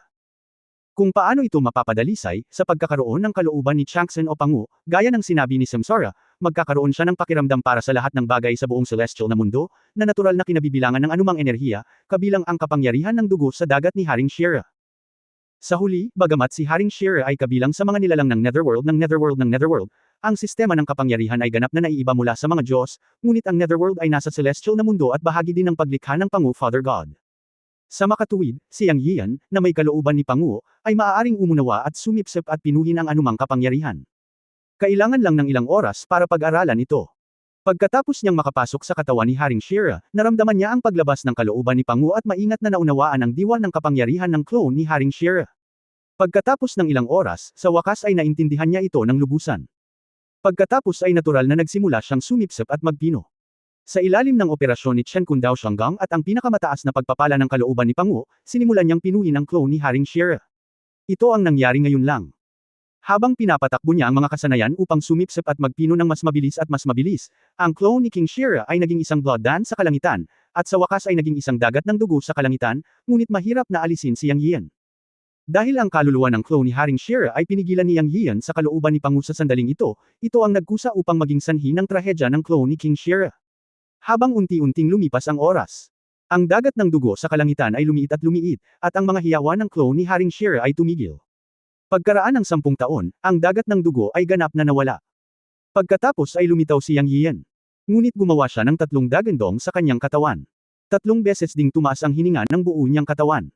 Ngunit pagkatapos na pinuhin at masipsip ang 5 clone ni King Shira, ang cultivation realm ni Yang Yian ay tumalon ng 3 realms at umabot sa ika-4 na antas ng Holy Path. Pagmulat ng kanyang mga mata, ngumiti siyang at sinabing, ang clone ni King Shira ay ganito lang, ngunit ang kapangyarihan ng dagat ng dugo ay talagang kawili-wili. Hindi ito tugma sa mga Diyos ng God Realm. Ang 6 na clone ay nawala, at mayroon pa ring huling 4 na clone. Inaasahan ko kung gaano karaming mga antas ng banal na landas ang maaari kong lampasan pagkatapos ng pagpino at pagsipsip ng King Shira. Matapos matikman ang tamis, hindi na natakot at nag-alala siyang sa mga clone ni Haring Shira. Sa halip, binalak niyang pinuhin ang huling 4 na clone ni Haring Shira. Ngunit mayroon siyang lakas ngayon. Walang mas nakakaalam kaysa sa kanya kung gaano kalaki ang potensyal at kapangyarihan ng kalooban ni Pangu. Hindi nakapagtataka na si Samsara ay may kumpiyansa na umasa sa kanya upang lumaban sa langit sa hinaharap, upang kumpletuhin ang makalangit na landas, at kahit napalitan ito. Tumangala sa langit, pinaikit ni Yang Yian ang kanyang mga mata at sinabing, walang pagpipilian. Pagkatapos sabihin iyon, binawi niya ang kanyang tingin at tumingin sa Nether City Gate at sa Blood Infant sa di kalayuan. Gumalaw ang puso ni Yang Yian, at bumalik sa kanyang kilay ang Nether City Gate. Agad na tumalon ang Blood Infant at lumipad sa mga bisig ni Yang Yian. Master. Okay, ayos lang ako, ngunit hindi ka maaaring kumilos ng padalos-dalos sa hinaharap. Kung ako ay isang hakbang mamaya, ikaw ay papatayin ng Shira King's clone. Hinawakan niya ang ulo ng Blood Infant habang nagsasalita. Sinabi niya iyon, ngunit mas nagustuhan niya ang alagad na ito sa kanyang puso. Ang batang ito ay handang ipaglaban siya anumang oras. Kontento na siya na magkaroon ng ganitong alagad. Oh, alam ni Daor. Masunarang tumango ang Blood Infant. Pagkatapos ay nagtanong ang sanggol na may dugo, Guro, saan tayo susunod? Pinaikit ni Yang Yian ang kanyang mga mata, tumingin sa malaking bunganga sa ibaba na kanyang nabasag, at sinabi sa kanyang sarili, hanapin si Lingyi at linisin ang kalat. Milyon-milyong angkan ng Shira o ang 5 elemento ng Celestial Clan na nademonyo ng hari ng Shira ay lahat ay isinakripisyo sa sarili niyang dagat ng dugo ng mga clone ng Shira King, ngunit nandoon pa rin ang aura ni Lingyi, at hindi nagpakita ang traidor ng Holy Demon Spirit All 3, at hinanap ni Xiao Ba si Lingyi ngunit walang balita. Ngayon na ang 5 clone ng Shira King ay nawasak, siya ay hahanapin siya. Kung pag-uusapan, kinamumuhian pa rin ni Yang Yian ang mga clone ng Shira King. Upang isakripisyo ang sarili niyang dagat ng dugo para mapahusay ang kanyang lakas, hindi siya nag-atubili na isakripisyo ang milyon-milyong mga nademonyong Shira clans o ang 5 elemento ng Celestial Clan. Ang pamamaraang ito ay talagang malupit. Naisip niya sa kanyang puso na dapat niyang mabilis na linisin ang iba pang 4 na Shuriken clone at ilang Shire na nakatago sa God Realm. Ang mga Shuras na ito ay malupit at hindi sineseryoso ang mga nilalang ng God Realm. Kung hindi maalis si Yang Yian, hindi siya mapakali. Posibleng dalhin niya ang demonisasyon sa Yunmen Heavenly Court balang araw, at ang kahihinatnan ay magiging mapaminsala sa oras na iyon. Pagkatapos ay kinuha ni Yang Yian ang kamay ng dugong sanggol, at ang guro at disipulo ay lumipad patungo sa bunganga sa ibaba, at direktang nakarating sa kalagitnaan ng bunganga. May lumitaw na malaking batong pinto, ngunit ito ay sira. Ang lugar na ito ay pasukan sa pugad ng Five Elements Fire Clan. Sa kasamaang palad, dapat walang natira ngayon. Nararamdaman niya ang hininga ni Xiao Ba at Ling Yi na nasa tiyan pa rin ng bundok. Nahanap mo ang maling tao. Naramdaman ni Yang Yian ang hininga ni Ling Yi at Xiao Ba, at nagmamadaling pumunta ngayon, umaasang walang mangyayari. At ang taksil na iyon, si Saint Demon Ling Laosan, ay isang maldita na tao. Hindi siya pababayaan ni Yang Yian. Matapos makapasok sa buong kuweba, hindi ito lumilitaw na parang isang maze gaya ng inaakala, ngunit sa halip ay dumiretso sa mas malalim na lalim, na nagpabilis ng gusto ni Yang Yian at Xiaoying. Pagkaraan ng ilang minuto, lumitaw ang isang sawang kuweba, ngunit naramdaman ni Yang Yian ang hininga ni Xiao Ba at Ling Yi, na nakatipid sa oras. Habang lumalakad siya pasulong, mas naging komplikado ang sawang kuweba na daan, at para talaga itong naglalakad sa isang maze. Bilang karagdagan, naramdaman ni Yang Yian ang hininga ni Xiao Ba at Ling Yi, at ang bilis ay hindi mabagal. Makalipas ang ilang minuto, nakarating na sila sa isang malaking cave hall na kalahati ng sukat ng basketball court. Ngunit kakaiba, pagkapasok, nawala ang hininga ni Xiao Ba at Ling Yi. Dahil dito napangiwi si Yang Yian. Pagkatapos ay sinabi niya sa sanggol na may dugo, "Daoer, tumingin ka sa paligid." "Okay, Master." Ang dugong sanggol ay tumugon at naglakad sa kabilang panig. Naglakad si Yang Yiu sa kabilang direksyon. Bagaman malaki ang bulwagan na ito, hindi ito komplikado, at walang sari-sari. Mayroon lamang ilang mga mesang bato at upuang bato, at walang ibang paraan palabas. Mapagmamasdan niya ang sitwasyon ng buong bulwagan sa isang sulyap. Naniniwala siya na ang aura ni Ling Yi at Xiao Ba ay hindi maaaring mawala sa manipis na hangin. Nang si Yang Yiu at ang Blood Baby ay pumasok sa bulwagan na ito, sa isang lihim na silid sa unang palapag ng bulwagan, mayroong isang matandang lalaki na may banal na liwanag sa buong katawan, ngunit hindi nagtagal ay pinigilan niya ang kanyang aura, ngunit ang kanyang mukha ay patuloy na nagbabago, at may 3 mukha na lumilitaw na naka-crosswise. Kung naruroon si Yang Yiu, tiyak na makikilala niya na ang 3 mukha ng taong ito ay patuloy na nagbabago, 2 rito ay sina Xiao Ba at Ling Yi. At paano ang ikatlong mukha? Sino ito? Sa katunayan, malapit na itong lumabas. Ito ay hindi ibang tao, kundi ang ikatlong kapatid ng banal na demonyong espiritu.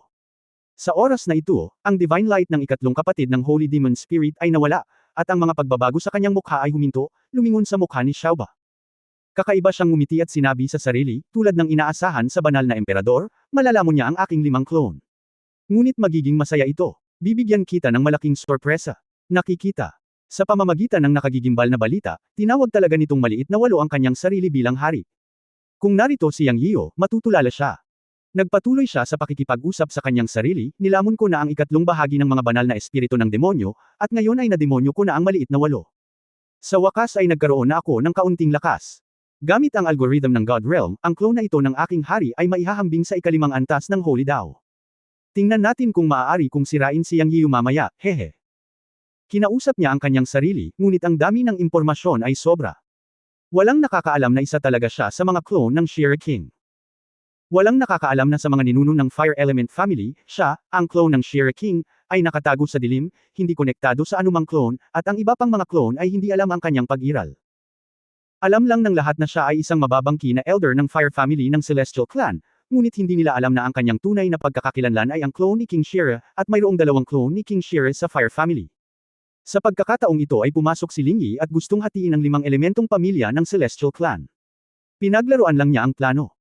Tungkol naman sa ikatlong Saint Demon Spirit, na-control na niya ito sa pamamagitan ng mga lihim na pamamaraan. Nang makipag-ugnayan si Ling Yi sa Third Saint Demon Spirit, naglaro lang siya kasama ang plano at itinulak palabas ang clone na nasa bukas.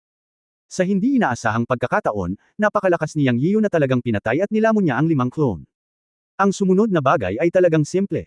Ang clone na ito ay ganap na nagdemonyo sa Third Saint Demon Spirit, at ginamit ang pagkakakilanlan ng Third Saint Demon Spirit upang demonyohin si Ling Yi. Hindi nagtagal, dumating si Xiao Ba upang hanapin siya at muling ginawa ng demonyo si Xiao Ba. Lahat ng nasa labas ay nasa kanyang pangunawa. Naturally, alam niyang pumasok si Yang Yiu, kaya binago niya ang hitsura ni Xiao Ba, naghihintay na mahanap siya ni Yang Yiu. Sa oras na iyon, bibigyan niya si Yang Yiyo ng isang nakamamatay na suntok. Siya ang huling tatawa. Sa kasamaang palad, ang oras ay medyo nagmamadali at sina Ling Yi at Xiaoba ay hindi pa ganap na demonyo. Maaari ko lamang silang pigilan pansamantala. Ang Shuriken clone ay nakikipag-usap sa kanyang sarili, nakahiga sa lupa, nakapikit at nagkukunwaring walang malay. Sa sandaling ito, naramdaman niyang dumating na si Yang Yiyo sa bulwagan. Para kay Yang Yiyo, syempre, hindi niya alam kung ano ang nangyari kina Xiaoba at Ling Yi. Hinanap niya ng hiwalay ang sanggol na may dugo at sa wakas ay natagpuan ang isang pagbabago ng enerhiya ng pagbuo sa isang sulok ng bulwagan. Dower, halika dito, nahanap ko na. Sumigaw si Yang Yiyo sa Blood Baby na huminto sa pagtingin. Matapos dumating ang dugong sanggol, maingat na naramdaman ni Yang Yiyo ang pader na bato sa kanyang harapan. Ito ay tila hindi isang malakas na pagbabago ng enerhiya. The next moment, itinaas niya ang kamay niya at sinampal ito bigla. Boom! Pagkatapos ng dagandong, sinampal ito ni Yang Yiyo ng palad, at lumipad ang mga sirang bato, ngunit marahas nitong binasag ang pinto ng bato. Pumasok at tingnan, habang nakikipag-usap sa dugong sanggol, pumasok si Yang Yiyo sa pintong bato. Secret room ito. Pagpasok pa lang niya ay may nakita siyang nakahandusay na tao, si Xiaoba iyon. Mabilis na tumingkayad si Yang Yiyan at inalayan si Xiaoba. Habang sumisigaw, sinuri ni Yang Yiyan ang katawan ni Xiaoba, ngunit napag-alaman na siya ay walang malay, at ang kanyang mana ay medyo magulo, ngunit hindi ito seryoso, na nagpaginhawa sa kanya. Kasabay nito, nang ililipat na sana niya ang mana kay Xiaoba para gisingin siya, dahan-dahang iminulat ni Xiaoba ang kanyang mga mata at sinabing, "Banal na Panginoon. Nasaan ako?" Sa opinyon ni Yang Yiyan, si Xiaoba ay nawala ng malay dito, kaya sinabi niya, ito ay isang sikretong silid. Ano ang nangyari? Paano ka nawala ng malay dito? Sa sandaling ito, umiling si Xiaoba at kinusot ang kanyang mga mata, na tila sinusubukan niyang maalala. Pagkaraan ng ilang sandali, tila may naalala siya at mabilis na sinabi, "Banal na Panginoon, naalala ko na nagpunta ako dito na may hininga ni Ling Zun noon, at natagpuan ko ang Traidor, ang ikatlong anak ng banal na Demon Ling, sa sikretong silid na ito. Kinokontrol niya si Ling Zun upang banta ako, at pagkatapos ay nawalan ako ng malay sa kanya, at wala na akong alam pagkatapos noon. Walang kwentang Panginoon, ako." Nakinig si Yang Yiyan sa mga salita ni Xiaoba, kumunat ang noo at nalilitong sinabi, "Hindi, ngayon lang kami pumasok ni Dower, naramdaman ko rin ang hininga ninyo ni Ling Yi. Mula sa sinabi mo, dapat nandito pa rin si Ling Yi." Sa katunayan, si Yang Yiyan mismo ay nalilito rin, kaya sinabi niya kay Xiaoying, "Dower, tumingin sa paligid at tingnan kung mayroong anumang mga serial secret room sa secret room na ito." "Yes, Master," tumanggo si Xiaoying at umikot para tingnan. Sa oras na ito, half-squatting pa rin si Yang Yiyan at inaalalayan si Xiaoba na kalahating nakahandusay sa lupa. Lumayo ang dugong sanggol, at kumislap ang isang sinag ng liwanag sa mga mata ni Xiaoba nang kalahating nakahiga siya sa tabi ni Yang Yiyan. Iniisip pa rin ni Yang Yiyan kung paano maging matalino, at hindi man lang siya nag-iingat laban kay Xiaoba. Ngunit nagtanong pa rin siya ng may pag-aalala, "Xiaoba, ano ang nararamdaman mo?" Sinabi ni Xiaoba, "Salamat sa iyong pag-aalala, Panginoon. Pakiramdam ko, napakabuti." Sinabi ni Xiaoba sa mahabang boses, at iniunat ang kanyang kamay kay Yang Yiyan na parang kidlat, at biglang itinaas ang kanyang kamay at itinuro ang isang daliri sa noo ni Yang Yiyan. Sa biglaang pagbabago, si Yang Yiyan ay direktang itinuro ng noo ni Xiaoba nang walang anumang pagtatanggol. Blood God Seal, Ban. Si Xiaoba ay tumawa ng malakas, at ang kanyang buong katawan ay sumabog sa momentum. "Xiaoba, ikaw." Nagulat si Yang Yiyan, ngunit naramdaman niya na ang kanyang buong katawan ay pinigilan ng napakalaking hininga, at ang kanyang mukha at kaluluwa ay agad na nakakulong, at ang kanyang katawan ay hindi makagalaw. Hindi niya inaasahan na aatake siya ni Xiaoba. Hindi siya inihanda sa lahat. Nagulat si Yang Yiyan, ngunit higit sa galit, hindi niya inaasahan na sasalakayin siya ni Xiaoba, ito ba ay isang hubad na pagtataksil? "Haha, mahal na Panginoong Santo, nararapat kang mamatay." Sa sandaling ito, tumayo si Xiaoba, ngunit ang kanyang daliri ay nasa noo ni Yang Yiyo. Kumikislap ang dugo at mahigpit niyang pinipigilan si Yang Yiyo, na may mapang-asar na ngiti sa kanyang mukha. Habang nagsasalita siya, nagbago ang kanyang momentum, at muli niyang inatake si Yang Yiyo. Naramdaman lamang ni Yang Yiyo ang isang yin evil force na direktang tumatama sa kanyang kaluluwa. "Hindi ikaw si Xiaoba." Naramdaman niya ang yin evil aura, na hindi ang kapangyarihan ng banal na demonyong espiritu sa lahat. Puno ito ng masasamang katangian. "Alam ko, pero huli na, ngayon karapat-dapat kang mamatay," tumawa ng mapait si Xiaoba.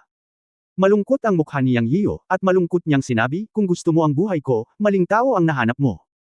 Nang matapos magsalita si Yang Yiyo, kumikilos ang kanyang puso, at sinabi niya sa mahinang boses, "Ibigay mo sa akin ang kalooban ni Pango." Kung direktang inatake ni Xiaoba ang kanyang banal na core, maaaring makapagdulot siya ng kaunting pinsala sa kanya, ngunit sa kasamaang palad, natagpuan niya ang maling target at inatake ang kanyang kaluluwa. Sa kasamaang palad, pagkatapos ng pagsasama-sama ng kalooban ni Pangunoon, ang kanyang kaluluwa ay hindi mas malakas ngayon. Kabanata 3217 Banta. Nagsimula rin ang ganting atake ni Yang Yiu nang salakayin ni Xiaoba ang kanyang kaluluwa. Ngumisi siya at pinaganya ang kapangyarihan ng kanyang kaluluwa, at sumambulat ang kalooban ni Pangu. Direkta nitong hinarap ang masamang kaluluwang kapangyarihan ni Xiaoba. Sumisigaw. Ah! Paano kaya? Paano mo? Si Xiaoba, na mukhang mayabang, ay napasigaw sa takot. Nalaman niya na ang kanyang kapangyarihan sa kaluluwa ay hindi lamang hindi nasaktan si Yang Yiu, ngunit nasagasaan ng kapangyarihang lumabas mula sa kapangyarihan ng kaluluwa ni Yang Yiu, na naging dahilan upang hindi siya makalaban, at nagsimulang lemunin siya ng paunti-unti. Si Xiaoba ay nataranta. Ngunit para kay Yang Yiu, ito ay simula pa lamang. Ngumisi siya, sabihin mo sa akin kung sino ka. Saan nagpunta sina Xiaoba at Ling Yi? Sabihin mo sa akin ang totoo at bibigyan kita ng mabilis na kamatayan, kung hindi, mabubuhay ka ng mas masahol pa sa kamatayan. Haha, ako, natatakot ako, hahaha. Sa halip, tumawa ng malakas si Xiaoba. Sa oras na ito, dumating ang sanggol na may dugo. Nalaman niya na ang maliit na bana ito ay talagang inatake ang master, ngunit tila siya ay nasakop ng ganting atake ng master. Nakaramdam siya ng pamilyar na hininga at nagmamadaling lumapit upang sabihin, Guru, nararamdaman ko ang hininga ni Haring Shire mula sa kanya. Naramdaman din ni Yang Yian na medyo pamilyar ang hininga nitong maliit na ba sa harap niya, ngunit hindi siya sigurado. Ngayon ay narinig niya ang mga salita ng sanggol na may dugo at agad itong nakumpirma. Ngayon naramdaman niya na ang maliit na ba sa kanyang harapan ay may hininga ni Haring Shire, na nagpalubog sa kanyang puso. Hindi kaya ang maliit na ba na nasa harap niya ay isa pang Haring Shire? Tinitigan ni Yang Yian ang maliit na ba na nasa harapan niya na parang talam. Kasabay nito, pinigilan ng kaluluwa ang kapangyarihan ng kaluluwa ng kalaban sa ilalim ng basbas ng kalooban ni Pangu na pigilan itong umangat. Alam niya na sa kasalukuyang sitwasyon, ang maliit na bana ito ay hindi makakatakas sa kanyang mga kamay at hindi makakagawa ng anumang alon. Kapag nagkaroon ng abnormal na galaw, agad niyang lalamunan ang kaluluwa ng kalaban. Sa hindi inaasahang pagkakataon, ang Xiaoba na ito ay ngumiti ng kakaiba at sinabing, Oo, ngayong dumating na ang mga bagay-bagay, ipinapakita ko na ang aking mga baraha. Oo, isa na akong clone ni Haring Shire. Haha, sa tingin mo ba nabigla mo ang kaluluwa ko? Tapos minamaliit mo ako ng sobra. Sa oras na ito, naramdaman ni Yang Yiu na may mali at na-activate ang kapangyarihan ng kanyang kaluluwa ng walang pag-aalinlangan. Pakiramdam niya ay sisibog na si Xiaoba sa kanyang harapan. Oo nga, sa sandaling kumilos siya, biglang binaliwala ni Xiaoba ang kanyang sariling kaluluwa, at ang kanyang buong katawan ay puno ng dugo at kabangisan, at bigla niyang inatake si Yang Yiu. Direktang nilamon ni Yang Yiu ang kaluluwa ng kalaban. Ah! Isang sigaw ang nagmula sa katawan ni Xiaoba sa kanyang harapan. Sabay hampas sa dibdib ni Yang Yiu. Bang, siya naman agad. Na-knockout. Puff. Isang subo ng dugo ang tumalsik. Umuungol. Gumalaw ang blood baby, naging blood mist at dumiretso sa Xiaoba, ngunit sa pagkakataong ito, kakaibang ngumiti si Xiaoba, at nabuo ang isang blood seal sa kanyang palad nang iwagayway niya ang kanyang kamay, at nabangga ang dugong sanggol. Boom! Lumipad din ng paatros ang dugong sanggol at nataman ang dingding ng sikretong silid nang hindi nakabangon. Pinunasan ni Yang Yiu ang dugo sa gilid ng kanyang bibig. Natigilan siya. Pagharap kay Xiaoba sa harap niya, hindi niya talaga maintindihan, o ngayon ay lubos niyang pinaniwalaan. Ang Xiaoba na ito ay walang alinlangan na clone ni Haring Shire. Ngayon lang siya nakalunok ng isang Yuan Shen, ngunit hindi nasaktan si Haring Shire. Sa halip ay tumaas ng husto ang aura ng kanyang buong katawan. Siya ngayon ay nasa ika-4 na antas ng banal na landas. Malinaw niyang naramdaman na ang lakas at aura ni Haring Shire sa kanyang harapan ay tiyak na nasa ika-5 antas ng banal na landas. Paano naman ang Yuan Shen na naabsorb niya ngayon? May naiintindihan si Yang Yiu sa kanyang puso. Kapag may naisip siyang problema, hindi maiwasang manikip ang puso niya. Alam niyang kailangan niyang lumaban ng mabilis. Ang clone na ito ni King Shire ay iba sa ibang mga clone ni King Shire. Ito ay masyadong tuso. Kung tungkol sa kanyang lakas, walang pakialam si Yang Yiu. Ngayon sa kanyang lakas ng ika-4 na antas ng banal na landas, ang pagharap sa ika-5 antas ng banal na landas ay talagang walang dapat ikatakot. Ano? Nag-aalala siya kung si Haring Shire mismo, o ang kanyang katawan. Ngayon lang, malinaw na nilamon niya ang isang kaluluwa at sumigaw, ngunit ang Shire King clone na naging Xiaoba ay hindi naapektuhan. Ito ang dahilan kung bakit siya naghinala. Naghinala ngayon si Yang Yian na lahat ng iniisip niya noon ay mali. Ang pagkamatay ng tunay na Xiaoba, Ling Yi, at maging ang ikatlong Saint Demon Spirit at iba pang Saint Demon Spirits ay may kaugnayan sa Shire King clone na nasa harap niya. Naisip ni Yang Yian na malaki ang posibilidad na si Xiaoba ay nademonyo sa katawan ng Shire King clone na ito at minana ang talento ni Xiaoba para sa pagbabago. Kahit na ayaw niyang isipin ito, ngunit kailangan niyang pag-isipan ito. Si Ling Yi ay maaaring na demonyo rin ng Shire King clone na ito. Kung totoo ito, saka para sa kanya, ito ay mabuting balita at masamang balita. Ang magandang bagay ay si Ling Yi at Xiaoba ay talagang nademonyo sa katawan ni Shira King, at malamang na hindi sila patay, at maaaring may kislap ng pag-asa. Ang masama ay iyon. Ang clone ng Shira King na ito ay tuso at maaaring sinasadyang pigilan sina Ling Yi at Xiaoba upang mapigil siya. Sa oras na ito, ang Shira King clone sa kabilang panig ay tumingin kay Yang Yiu at sinabing, minamaliit kita. Paano ka magkakaroon ng walang hanggang kapangyarihan? Ano iyon? Sa katunayan, ito ay isang maliit na maling kalkula para kay Haring Shira. Hindi niya inaasahan na may isang malakas na puwersa sa kaluluwa ni Yang Yian na naging dahilan upang hindi siya makalaban. Sinayang niya ang isang kaluluwa sa walang kabuluhan. Siyempre, wala naman masyadong impact sa kanya. Iyon ang kaluluwa ng ikatlong elder ng Holy Demon Spirit. Kung hindi lang niya ito desididong tinalikuran, naapektuhan na siya. Sa oras na ito, hindi binalak ni Haring Shira na makipagkulitan kay Yang Yian. Ang kapangyarihan sa kaluluwa ng batang ito ay nagparamdam sa kanya ng matinding banta. Ngunit napaka-curious niya kung ano ang kapangyarihan sa kaluluwa ni Yang Yian. Hindi niya maiwasang magtanong. Pinaikit ni Yang Yian ang kanyang mga mata at sinabing, paano kung sagutin mo muna ako ng isang tanong, at bibigyan kita ng kasiyahan? Haha, oo. Naisip ni Haring Shira na kung gusto niyang umalis, hindi siya mapipigil ni Yang Yian, ngunit labis siyang nag-aalala tungkol sa kapangyarihan ni Yang Yian. Walang gaanong kapangyarihan na makapagpaparamdam sa kanya ng pananakot. Dinamon mo ba si Ling Yi at Xiaoba? Diretsyong tanong ni Yang Yian. Ang Shira King clone ay nagsabi ng walang pag-aalinlangan, oo, masasabing sa pagkakataong ito ang 5 elemento ng Celestial Clan ay nademonyo, at ang 5 clone ay nagsama-sama, na lahat ay pinadali ng haring ito. Siyempre, salamat sa pagkakakilanlan ng ikatlong Saint Demon Spirit, matagumpay na nademonyo ng haring ito si Ling Yi at napatay ang mga Saint Demon Spirit na iyon. Ninuno, at direktang pinalitan sila para naman kina Ling Yi at Xiaoba, may bakas pa rin ang natitirang kaluluwa, ngunit hindi magtatagal bago tuluyang mademonyo ang haring ito. Gumalaw ang puso ni Yang Yiu, ngunit tumanggo siya ng walang anumang ekspresyon sa ibabaw. Sure enough, halos pareho lang ito ng hula niya. Sa ganitong paraan, hindi nagtaksil ang ikatlong Saint Demon Spirit, at ang lahat ay ginawa ng Shira King clone sa harap niya. Sabihin mo sa akin kung anong uri ng kapangyarihan ang nasa iyong kaluluwa. Tinitigan ni Shira King si Yang Yiu at nagtanong. Okay, sasabihin ko sa iyo ngayon, ako, ang gate ng Nether City bukas. Direktang binuksan ni Yang Yiu ang gate ng Nether City. Alam niya na napakadali para sa isang Shira King clone na maihahambing sa ikalimang antas ng Holy Path na makatakas, ngunit hindi niya ito pakakawalan. Napatay niya ang napakaraming banal na espiritu ng demonyo, at ang kamalayan ng kaluluwa ni Ling Yi at Xiaoba ay nasa kanyang katawan pa rin. Hindi niya maaaring hayaang makatakas si Shira King anuman ang mangyari. Gusto niyang patayin sila. Hanggat may kislap ng pag-asa, ililigtas niya sina Ling Yi at Xiaoba.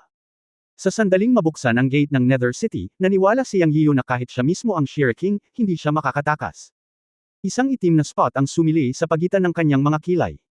Sa isang iglap, dumilim ang buong bulwagan, at direktang binuksan ni Yang Yiu ang gate ng Nether City.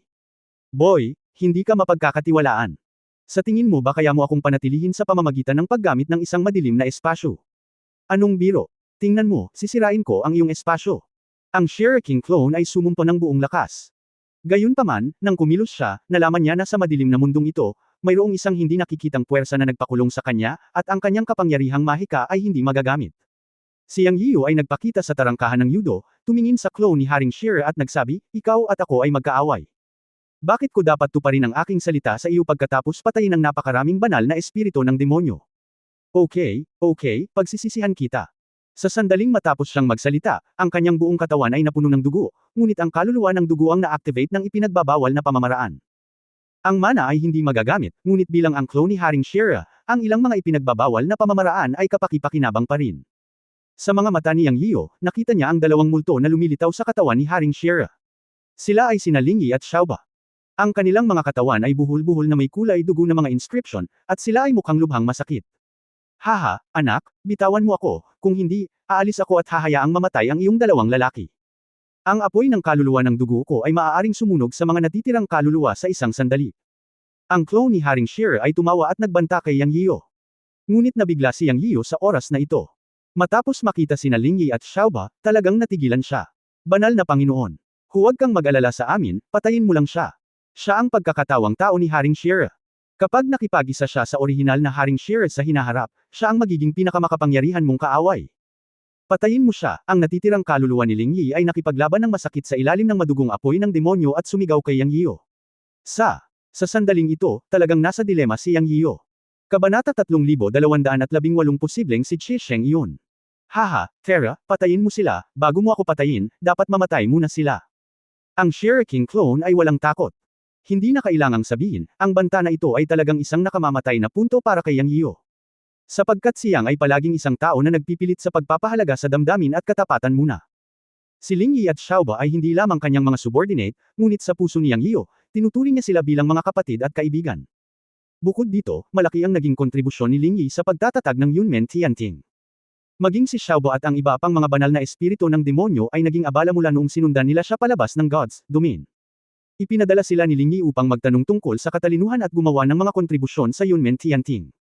Ngayon ay nagbanta si Shiraking na kung hindi niya siya papayagang umalis sa gate ng Nether City, si Ling Yi at Xiaoba ay papatayin. Ito ay talagang naglagay kay Yang Yiu sa isang mahirap na sitwasyon. Kahit na ang kaluluwa ni Ling Yi ay sumigaw para sa kanya na patayin, hindi ito magawa ni Yang Yiu. Kung kumilos ang banal na Panginoon, kahit na makaligtas tayo, tayo ay magiging mga wasak na kaluluwa lamang at walang paraan upang mabuhay sa mundo. Kung hindi ka kikilos at hahayaang makatakas si Shiraking, mamamatay din kami ni Xiaoba. Patayin mo siya. Histeryosong sigaw ni Ling Yi. Nang inag ang puso ni Yang Yiu. Alam niyang tama si Ling Yi.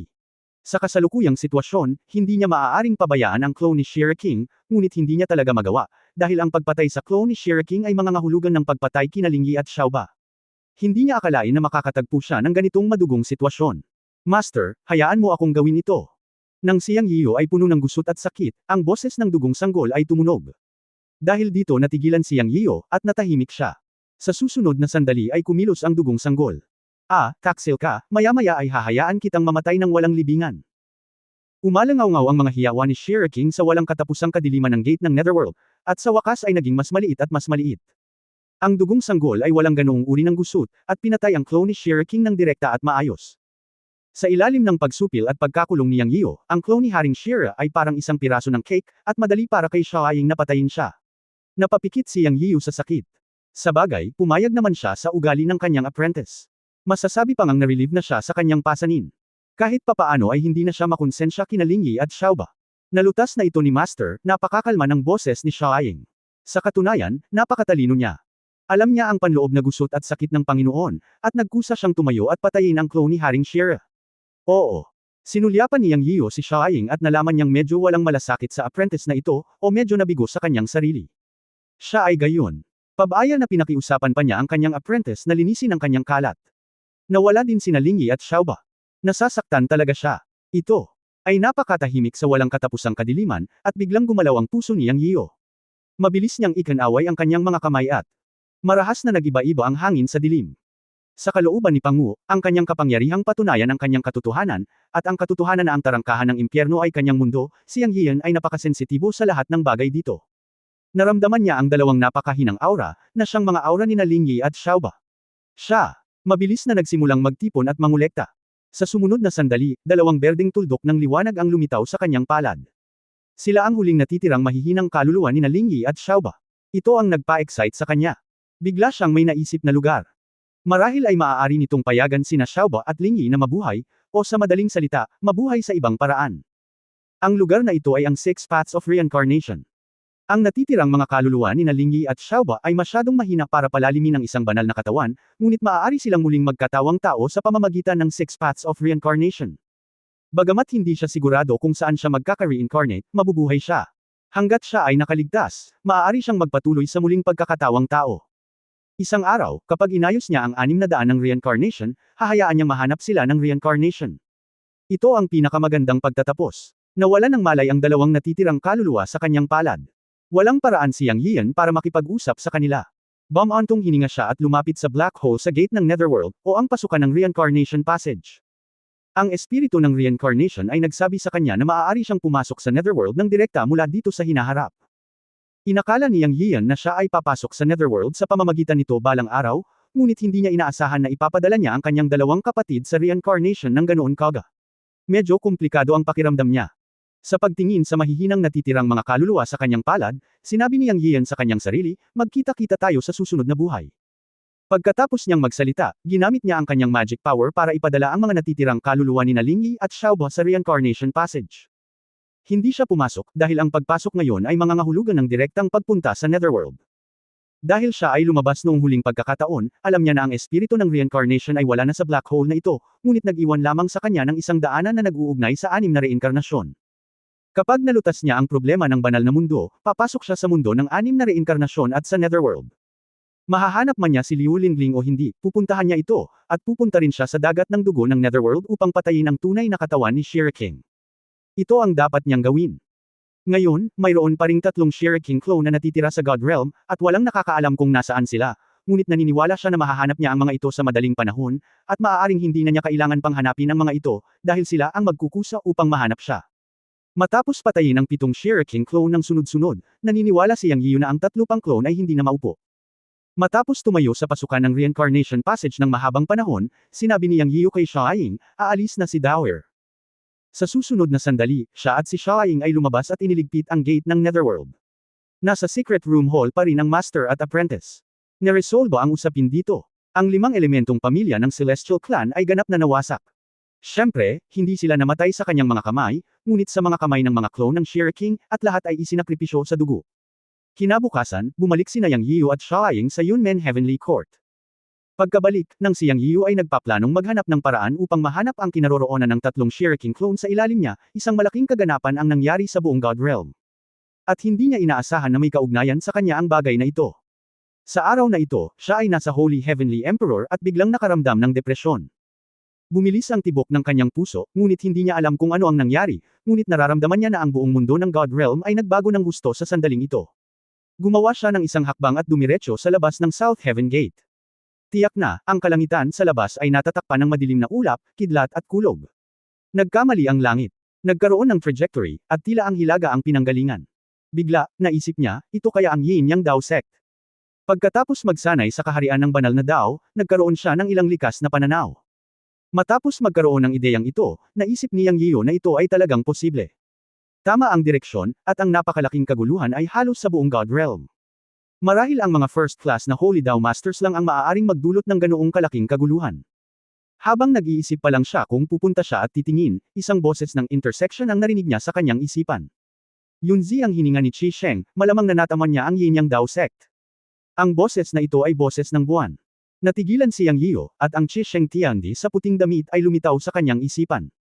Ang taong nagsabing kapatid siya ng Sheng Tiandi. Nang ibalik niya si Yiliang sa Yunmen Heavenly Palace, natural niyang inanyayahan si Qi Sheng Tiandi, na sa tingin niya ay hindi maarap, na bumalik sa Yunmen Heavenly Palace. Sa hinaharap, ang Yunmen Heavenly Palace ay magkakaroon ng isa pang tunay na dakilang Diyos, ngunit tinanggihan siya ni Qi Sheng Tiandi, sinabing may mga bagay siyang dapat gawin. Sa oras na iyon, kahit gaano pa siya karaming reinkarnasyon, palagi siyang magiging kuya niya. Ngayon, nang marinig ang pagpapadala ng boses ni Yiliang, ang puso ni Yang Yiyu ay nanginag ng hindi maipaliwanag. Posibleng talagang lumaban si Qi Sheng Tiandi kay Yin Yang Daozo. Bakit lumaban? Ipaglaban mo siya, Yang Yiyu, dahil sinabi ni Yang Yiyu kina Qi Sheng Tiandi at Yiliang ang tungkol sa alitan nila ni Yin Yang Daozo. Sinabi ni Qi Sheng na may gagawin siya para sa kanya. Ngayon isipin mo, posible talaga na ipaghiganti niya ang kanyang kuya. Kung ganoon nga ang kaso, hindi pwedeng tumabilang si Yang Yiyu at manood. Kahit na ano, kailangan niyang pumunta at tingnan kung ano ang nangyayari. Huwag kang mag-alala, Yuer, pupunta ako at tingnan. Sagot ni Yang Yiyu kay Yiliang. Sasamahan kita. Ang Yin Yang Daozo na iyon ay isang lokal na Daozo, at hindi siya isang taong madaling makagulo. Nag-aalalang sabi ni Yiliang. Hindi, nagpapagaling ka pa. Bilang buwan ng Yunmen Heavenly Court, mayroon kang malaking responsibilidad na mapanatili ang cultivation environment ng Heavenly Court. Umaasa ang lahat sa iyo. Pupunta ako, iyon lang. Huwag kang mag-alala, walang mangyayari. Si Qi Sheng ay may mataas na antas ng cultivation, at ang Yin Yang Daoist Master ay walang magagawa sa kanya. Ikanaway ni Yang Yiyu ang kanyang kamay at binuksan ang pinto ng space. Lumabas siya at nawala sa South Heavenly Gate. Bagamat inaliw niya ang buwan sa ganitong paraan, sa totoo lang, hindi niya talaga naiintindihan ang cultivation ni Qi Sheng. Hindi niya alam kung may lakas si Qi Sheng na makipaglaban sa Yin Yang Daoist Master. Sa oras na ito, wala siyang pagpipilian. Ano man ang mangyari, kailangan niyang pumunta at tingnan kung ano ang nangyayari. Hinanap ba ni Qi Sheng ang Yin Yang Daoist Master? Kung gayon, ang taong ito ay maaaring baliw, o siya ay talagang makapangyarihan sa punto na hindi niya maisip, kung hindi, gaano kalakas ang loob ng isang tao na lumaban sa isang sekta ng Daoist. Kabanata 3219 Yin Yang Daoism. Alam na alam ni Yang Yiyan na kahit na pinatay niya ang clone ng Yin Yang Daoist sect, hindi ito nangangahulugan na ang master ng Yin Yang Daoist sect mismo ay hindi makapangyarihan.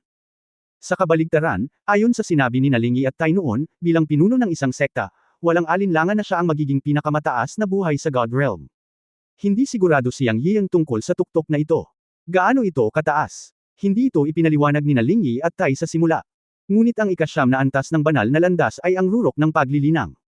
Gaano kalakas ang paglilinang ng Daoist Master ng isang sekta? Aling antas ng banal na landas ito?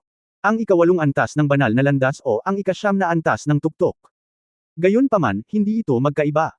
Sa katunayan, wala siyang nararamdaman tungkol kay Qi Sheng noong una, ngunit dahil nakita niya ang mga memories ni Qi Sheng at Sheng Tiandi, kahit na hindi ito ang mga eksenang personal niyang naranasan, maganda pa rin ang impresyon niyang Yiyan kay Qi Sheng at naunawaan niya ang pagkakapatiran ni Qi Sheng at Sheng Tiandi. Ngayong alam na niya na posibleng inatake ni Qi Sheng ang Yin Yang Daoist Palace, halo-halong emosyon ang naramdaman ni Yang Yiyan. Bigla niyang naintindihan ang tungkol sa pakikipag-usap kay Qi Sheng noong araw na iyon, at napagtanto na pumunta si Qi Sheng kay Yin Yang Daotong, malamang na makahanap ng lugar para sa kanyang nakatatandang kapatid. Bilang karagdagan sa pagiging baliw, ang iba ay pag-aalala. Pagkatapos ng lahat, ito ay isang Daotong, at ito ay isang makalumang Daotong. Tiyak na hindi madaling pakitunguhan ng Yin Yang Daoist Master. Hindi ko alam kung gaano karaming mga makapangyarihang santo ang mayroon sa Yin Yang Daotong. Medyo nababalisa si Yang Yiyo. Nang muli siyang nagpakita, nakarating na siya sa teritoryo ng Yin Yang Daotong. Boom! Dumagundong ang kulog sa kalangitan. Ang mga madilim na ulap ay gamulong, ang hangin ay umuungol, at ang kapaligiran ay lubhang nakapanlulumo, tulad ng katapusan ng mundo. Nakita ni Yang Yiyo ang isang kalangitan na lungsod na nagbabadya sa madilim na ulap at kidlat.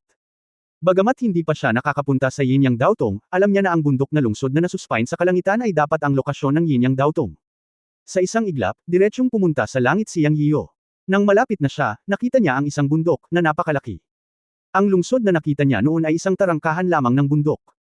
Alam niya na ang tunay na Yin Yang Daotong ay napakalaki, at ang nakita niya ay dulo lamang ng malaking bato ng yelo.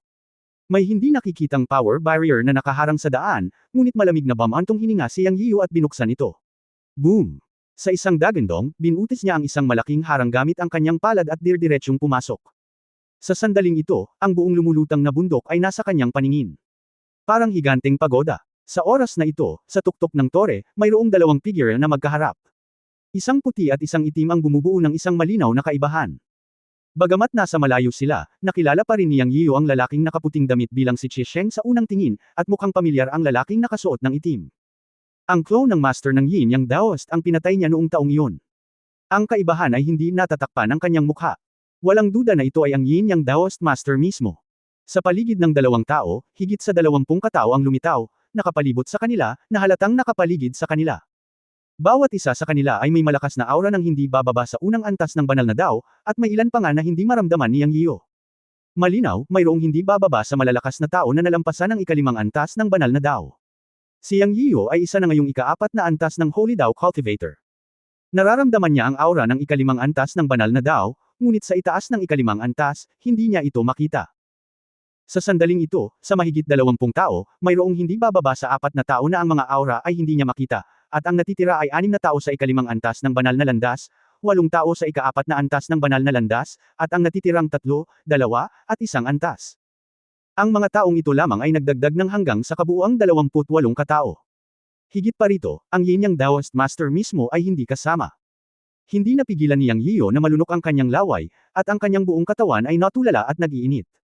Karamihan sa mga makapangyarihang banal na landas ay may puting buhok at puting balbas, at kitang-kita na silang lahat ay matandang halimaw na nagsanay sa loob ng maraming taon.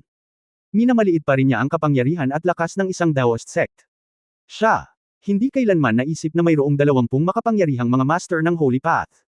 Ang kanyang hitsura ay natural na nagparamdam sa mga taong ito sa unang pagkakataon, at lahat sila ay tumingin sa kanya. Sa sandaling ito, parang tinak si Yang Yiyo sa kanyang likod. Pero alam din niyang wala nang malalabasan kaya nagkunwari siyang kalmado at tumalon ang katawan niya sa taas ng mga taong ito. Nang magtama ang kanyang mga mata ay hindi na siya umaatres. Matapos makita si Yang Yiyo ng sabay-sabay, nagulat sila at sinabing, "Kuya, ano ang ginagawa mo dito? Pumunta ka. Walang kinalaman sa iyo ang mga kaganapan ngayon." Medyo inis si Qi Sheng. Wala siyang intensyon na alalahanin si Yang Yiyo at pumunta sa Yin Yang Daoism ng mag-isa, ngunit hindi niya inaasahan na si Yang Yiyo ang unang makakahanap sa kanya. Matapos makipaghiwalay kay Yang Yiyo noong araw na iyon, nagpasya si Qi Sheng na gumawa ng isang bagay para sa kanyang nakatatandang kapatid, tulad ng paghahanap sa Yin Yang Daoist Master, dahil sinabi ni Yang Yiyo na may galit siya sa Yin Yang Daoist Master. Bilang kanyang kapatid, nagtago siya sa kaguluhan noong nakaraan dahil sa hindi pagkakasundo niya sa kanyang nakatatandang kapatid, kung kaya't sa muling pagpapakita niya, ang kanyang kuya at ang Holy Heavenly Court ay nawasak. Para dito, lagi siyang puno ng pagkakasala at pagsisi sa sarili. Siya. Nakipaglaban pa kay Tian Dao, ngunit sa kasamaang palad ay natalo siya. Ngunit ngayong buhay na ang kanyang nakatatandang kapatid, iginigiit pa rin niya ang daan laban sa langit. Sa pagkakataong ito ay hindi na niya ito palalampasan, at magsisimula siya sa Yin Yang Daoist Master. Pagkatapos, habang naghahanda, si Qi Sheng sa wakas ay pumunta sa Yin Yang Daoism na mag-isa, ngunit sino ang nakakaalam na ang kanyang nakatatandang kapatid na si Yang Yiu ay darating din. Sa pagharap sa buong Yin Yang Dao, siya, ang Qi Sheng Tiandi, ay walang takot, ngunit ngayong lumitaw ang kanyang nakatatandang kapatid, siya ay nag-aalala. Ang kanyang nakatatandang kapatid na lalaki, na papalapit sa buhay na ito, ay masyadong mababa ang antas ng paglilinang, malayo sa pagiging Sheng Tiandi ng panahon ng kay Tian. Mayroong higit sa 20 Saint Dao sa Yin Yang Dao, at ang Yin Yang Dao Master ay isang Saint Dao Level 8 powerhouse, kalahating hakbang ang layo mula sa pagiging Supreme Saint ng Level 9 at siyam na extremes. Ang natitira ay Second Saint Level 7, Second Saint Level 6, 6 Saint Dao Level 5, at 8 Saint Dao Level 4. Nang makitang ang antas ng cultivation ng kanyang nakatatandang kapatid na si Yang Yiu ay umabot na sa ika-4 na antas ng Saint Dao matapos siyang hindi makita ng ilang sandali, sa mga mata ni Qi Sheng Tiandi, hindi pa rin ito isang bagay na makakaantig sa Yin Yang Dao, kaya siya ay medyo nababalisa. Kung hindi siya malubhang nasugatan ng Heavenly Dao sa pakikipaglaban sa Heavenly Dao, at ang kanyang cultivation level ay bumaba mula sa tuktok ng ika-9 na antas ng Saint Dao hanggang sa ika-8 antas ng Saint Dao, natural na hindi siya matatakot sa anumang sitwasyon. Ngayong nag-iisa na siya, natural na hindi siya natatakot sa Yin Yang Dao Master, ngunit kasama si Yang Yiu, nag-aalala siya na si Yang Yiu ay bugbugin ng ibang Saint Daos ng Yin Yang Dao, at sa halip ay nag-aalala siya. Napakunot ito ng noo ni Qi Sheng, sa pag-aakalang ang nakatatandang kapatid na ito ay hindi tapat na gumagawa ng gulo. Narinig ni Yang Yian ang tono ni Qi Sheng at alam niya kung ano ang iniisip ni Qi Sheng. Ngumisi siya at sinabing, dahil tinawag mo akong kuya, sasama din ako. Kung hindi, hindi tayo magkapatid. Alam ko ang intensyon mo. Huwag kang mag-alala sa akin. Bilang kuya mo, may mga paraan pa rin ako para iligtas ang buhay ko. Dahil narating mo na ang Yin Yang Daoist School, pwede ka na lang umalis at lumaban. Kahit napatayin mo ang matandang bastos na si Yin Yang. Bilang isang nakatatandang kapatid na lalaki ay hindi kasing lakas ng sa iyo, kaya kung makipaglaban sa tabi mo at patayin ang prestihiyo ng Yin Yang Daoist School. Tama, hindi na nagsalita pa si Qi Sheng matapos marinig ang sinabi ni Yang Yian, ngunit isang matibay na liwanag ang sumilay sa kanyang mga mata. How dare you? Sa oras na ito, isang tinig ng pamimilit ang umalangaw sa buong mundo. Ang Yin Yang Daoist Master ang galit na galit. Nagulat siya at nagalit nang dumating si Qi Sheng sa kanyang pintuan noon. Kahit na hindi pa niya nakita si Qi Sheng, alam niya ang kanyang pangalan. Sa panahon ng kay Tian, siya ay kasing sikat ni Sheng Tiandi. Siya ay tinawag na Qi Sheng Tiandi at kapatid ni Sheng Tiandi. Usap-usapan na ang dalawa ay ipinanganak ng sabay at naliwanagan sa tao sa kaguluhan. Pagkatapos nito, naglakbay siya sa prehistoric world at itinatag ang Sheng Tianting. Gayunpaman, nabalitaan na si Qi Sheng Tiandi ay umalis kay Sheng Tiandi dahil hindi siya nasisiyahan sa isang babae. Hindi niya inaasahan na ang kanyang Yin Yang Daoist lineage ay aatake ngayon. Dumating si Qi Sheng Tiandi upang ipaghiganti ang kanyang panganay na kapatid na si Yang Yiu sa sandaling ibukan niya ang kanyang bibig. Napakalinaw ng kanyang layunin. Ngayon nang marinig niyang nag-uusap ang 2 taong ito, alam ni Yin Yang Daoist Master na ang chismis sa labas ay hindi magkasundo ang magkapatid. Mukhang mali ang mga chismis. Ang ikinagalit ni Yin Yang Daoist Master ay ang 2 taong ito ay talagang walang kahihiyang nagsalita sa harap niya at sa kanyang Yin Yang Daoist na angkan, at hindi siya sineseryoso, ang Yin Yang Daoist Master, sa lahat. Ito ay hindi matatagalan. Noong una, ang Yin Yang Daoist Master ay natatakot sa Qi Sheng Tiandi, ngunit pagkatapos makita ang Qi Sheng Tiandi, napagtanto niya na ang kanyang cultivation level ay kapareho ng sa kanya, nasa ika-8 antas din ng Saint Dao, at mas mahina ang momentum. Dahil dito, naging positibo ang pakiramdam ng Yin Yang Daoist Master. Bilang karagdagan, talagang dumating si Yang Yiu, na nagpasaya sa Yin Yang Daoist Master. Hindi siya makapagkusa na patayin si Yang Yiu, ngunit kusang lumapit sa kanya si Yang Yiu, kaya hindi niya ito masisisi. Wala siyang paraan upang pigilan ang Qi Sheng Tiandi, at ang natitirang 20 o higit pang mga Daos na nasasakupan ay higit pa sa sapat upang pabagsakin si Yang Yiu. Sa panahong iyon, ang 2 likas na espiritual na ugat sa mga kamay ni Yang Yiu ay natural na mahuhulog sa kanyang mga kamay, at maaari na rin niyang alisin si Yang Yiu. Sa pag-iisip nito, pinaikit ng Yin Yang Daoist Master ang kanyang mga mata at sinabing, patayin sila, at sirain sila kapwa sa pisikal at espiritual. Kabanata 3220 Pagkaraan ng 9,000 taon na magiging laban sa langit. Galit na galit si Yang Daoist Master. Sa pamamagitan ng isang utos, mahigit 20 Saint Daoist ang sumiklab. Malapit nang sumiklab ang digmaan. Malamig na bamantong hininga si Qi Sheng, ngunit sumulpot sa gilid ni Yang Yiu. Dahil ayaw umalis ni Yang Yiu, kailangan niya itong protektahan. Bagamat hindi natatakot si Qi Sheng sa Yin Yang Daoist Master, nag-aalala siya kay Yang Yiyo. Walang paraan si Yang Yiyo na makitungo sa higit sa 20 makapangyarihang Saint Daoist ng Yin Yang Daoist School. Hindi niya maaaring hayaan ang kanyang nakatatandang kapatid na si Yang Yiyo na magkamali. Sa sitwasyong ito, talagang nalulumbay si Qi Sheng. Ang hitsura ni Yang Yiyo ay ganap na gulo para sa kanya. Anuman ang mga salita ni Yang Yiyo, naniniwala siya na si Yang Yiyo ay papatayin sa unang pagkakataon. Dapat mong malaman na sa higit sa 20 Saint Dao Masters, 2 sa kanila ang nasa ikapitong antas ng Saint Dao. Nakipag-away siya sa Yin Yang Daoist Master at hindi niya kayang pangalagaan si Yang Yiyo, kaya iisa lang ang paraan para mamatay si Yang Yiyo. Ngayon si Yang Yiyo ay nasa antas lamang ng Saint Dao, hindi ang Saint Tiandi ng nakaraan, at walang paraan upang makitungo sa higit sa 20 mga santo. Fair na. Lumapit si Qi Sheng kay Yang Yiyo, ngunit direktang hinawakan niya ang kamay ni Yang Yiyo, at nang iwagayway niya ang kanyang kamay, isang maliwanag na yin at yang naliwanag ang bumungad, at ang mundo ay maliwanag sa sandaling ito. Ang makapangyarihang mga santo na nagmumula sa lahat sa paligid, kabilang ang Yin Yang Daoist Master, ay hindi rin namamalayang ipinikit ang kanilang mga mata sa harap ng nakasisilaw na liwanag. Gayunpaman, nang maramdaman nilang nawala ang nakakasilaw na ilaw na pilak, nalaman nilang walang bakas ng Qi Sheng at Yang Yiyo sa field. Nakatakas. Nagulat sandali si Yin Yang Daoist Master. Hindi niya inaasahan ang resultang ito.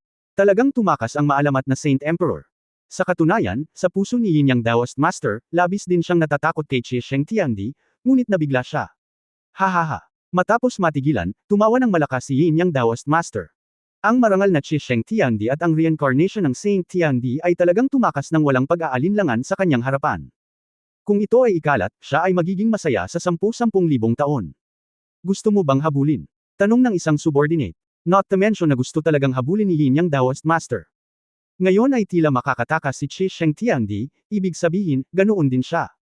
Kahit papaano kapag kaharap siya, si Qi Sheng Tiandi ay hindi lubos na sigurado. Hindi imposibleng habulin siya.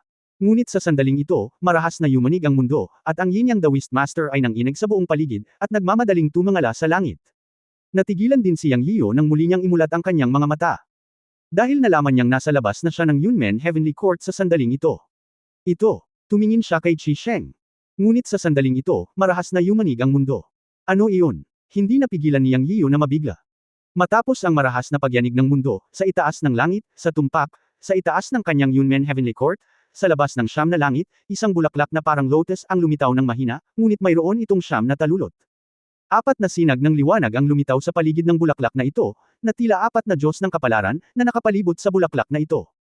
Bulaklak ng langit na kapigatian, ang boses ni Qi Sheng ay mas solemn kaysa dati, at ang kanyang mga mata ay tumitig sa langit. Ang puso ni Yang Yiyo ay tila pinigan ng isang hindi nakikitang malaking bato, at nakaramdam siya ng higit na panlulumo kaysa dati. Anong nangyayari? Bagamat hindi niya alam kung ano iyon o kung ano ang kinakatawan nito, pakiramdam niya ay hindi ito magandang bagay. Sinabi ni Qi Sheng sa malalim na boses, ito ang tanda ng simula ng walang katapusang sakuna. Sa tuwing magsisimula ang walang katapusang sakuna, lilito ang hugis bulaklak na ito. Ang isang talulot ay kumakatawan sa 1,000 taon. Ibig sabihin, mula ngayon, isang talulot ay mawawala bawat 1,000 taon. Kapag ang lahat ng siyam na talulot ay ganap na maglaho, ang sakuna ay tunay na magsisimula. Ang bulaklak na iyon ng makalangit na kapigatian ay kumakatawan sa kalooban ng langit. Saan man lumitaw ang makalangit na kapigatian, iyon ang lugar kung saan magaganap ang sakuna. Nagdilim ang mukha ni Yang Yiyo at sinabi niya, ibig mo bang sabihin na ito ay makalangit na paraan na pinupuntirya ang aking Yunmen Heavenly Court o tina-target ako? Walang pagkakaiba sa pagitan ng pag-target sa iyo at sa pag-target sa Yunmen Heavenly Court. Yunmen Heavenly Court ay walang proteksyon sa ilalim ng sakuna. Ikaw ang reinkarnasyon ng Holy Heavenly Emperor. Dapat ay napahamak ka at nawala sa huling sakuna, ngunit nagpakita ka pa rin, at ang Heavenly Court ay nagpasimulang muli sa Daoismo at muling itinatag ito. Kapag ang huling talulot ay nawala sa ilalim ng kagustuhan ng Heavenly Dao, ito ang panahon kung kailan ang 4 na pangunahing sekta ng Daoist sa buong God Realm ay wawasaki ng Yunmen Heavenly Court. Ang 4 na Light Pillars ay kumakatawan sa Destiny Pillars ng 4 na pangunahing Daoist sects. Ito ay ang paghahayag ng langit na direktang ibinigay sa 4 na sekta ng Daoist sa pamamagitan ng kalooban ng langit na Dao. Siya ay talagang walang hiya, ang tono ni Qi Sheng ay napakababa at puno ng galit. Medyo blanko ang isip ni Yang Yiyo. Sa sandaling ito, sa wakas ay alam na niya kung saan nagmula ang malaking depresyon sa kanyang puso, at naunawaan din niya ang pangitain sa itaas ng kalangitan. Nag-aapoy din ang puso niya sa galit, at galit niyang sinabi, paano? Maaari ba siyang maging napakadakila gaya ng Heavenly Dao? Mapait na ngumiti si Qi Sheng at tumingin kay Yang Yiyo at sinabing, Brother, isinama mo na ang kalooban ng Pangu Father God, tama ba? Natigilan si Yang Yiyo, ngunit nag-react din siya at tumango. Sinabi ni Qi Sheng Tiandi, tama. Si Tiandao Hongjun ay isang maya na sumasakop sa pugad ng isang kalapati. Matapos likhain ni Pangu, ang amang Diyos, ang mundo, binago niya ang kanyang sarili sa isang pagkakatawang tao at isinama ang Tiandao. Kinokontrol niya ang Pangu Tiandao. Ito ay hindi lihay timo. Higit pa, noong si Tiandao ay hindi pa nabago, Hongjun at hindi naging perpekto ang kanyang pundasyon. Mula sa simula ng modernong panahon, ang buong celestial na mundo ay lalong naging hindi matatag, at ang mga sakuna na inilunsad ni Hongjun ay naging mas madalas. Isinasama mo ang kalooban ni Pangu, kaya natural niyang maramdaman ito. Kahit kay Hongjun, ang pagmulat ng kalooban ni Pangu ay nakakaramdam siya ng pananakot. Sa pagkakataong ito, napakawalan niya na ginamit niya ang kalooban ng langit para ihayag sa apat na sekta na gusto niyang sirain ang Yunmen Heaven o ang iyong pag-iral. Nakinig si Yang Yian at sinubukang pakalmayan ang sarili. Ang sinabi ni Qi Sheng ay hindi gaanong naiiba sa sinabi sa kanya ng espiritu ng reinkarnasyon. Akala niya ay darating ang araw na ito, ngunit hindi niya akalaing darating ito ng ganoon kaga. Mukhang tama ang mga salita ng Spirit of Reincarnation. Ang susi sa tagumpay laban sa langit ay ang kalooban ni Pangu. Ngayon ay namana at nagising na sa kanya ang kalooban ni Pangu. Nararamdaman ni Tiandao Hongjun na nanganganib at hindi nag-atubiling ibigay ang apat na mahusay na paraan upang pag-isahin ang langit. Mataas talaga ang tingin niya sa kanya. Ang 9,000 taon ay isang kisap mata lamang para sa mga Diyos. Malapit na itong dumating. Sa panahong iyon, daan-daang libong Diyos at maging ang mga umakyat na angkan sa buong Yunmen Heavenly Court ay malamang na malibing sa sakuna na ito. Naisip ito ni Yang Yian at medyo nalito. Wala na siyang lakas para harapin ang isang Daoist Master ngayon, paano niya haharapin ang apat na dakilang Daoist Masters? Mahigit 20 Saint Dao Strongmen ang lumitaw sa isang Yin Yang Daoist School. Ang apat na dakilang paaralan ng Daoist ay nagsama-sama upang salakayin ang kanyang Yunmen Heavenly Court. Ano ang maaari niyang labanan? Ito. Dapat sirain sa sakuna na ito. Sa pag-iisip nito, si Yang Yian ay nagpakita ng isang pessimistic na mood. Ang Yuan Shen ay nakakalat sa sandaling ito. Kuya, gising na. Isang malakas na tunog ang sumabog sa mga tainga ni Yang Yiyo. Boses talaga iyon ni Qi Sheng Tiandi. Nagulat si Yang Yiyo. Siya ay nahulog sa isang estado ng sakit sa pag-iisip ng hindi namamalayan. Tumutulo ang malamig na pawis sa kanyang noo.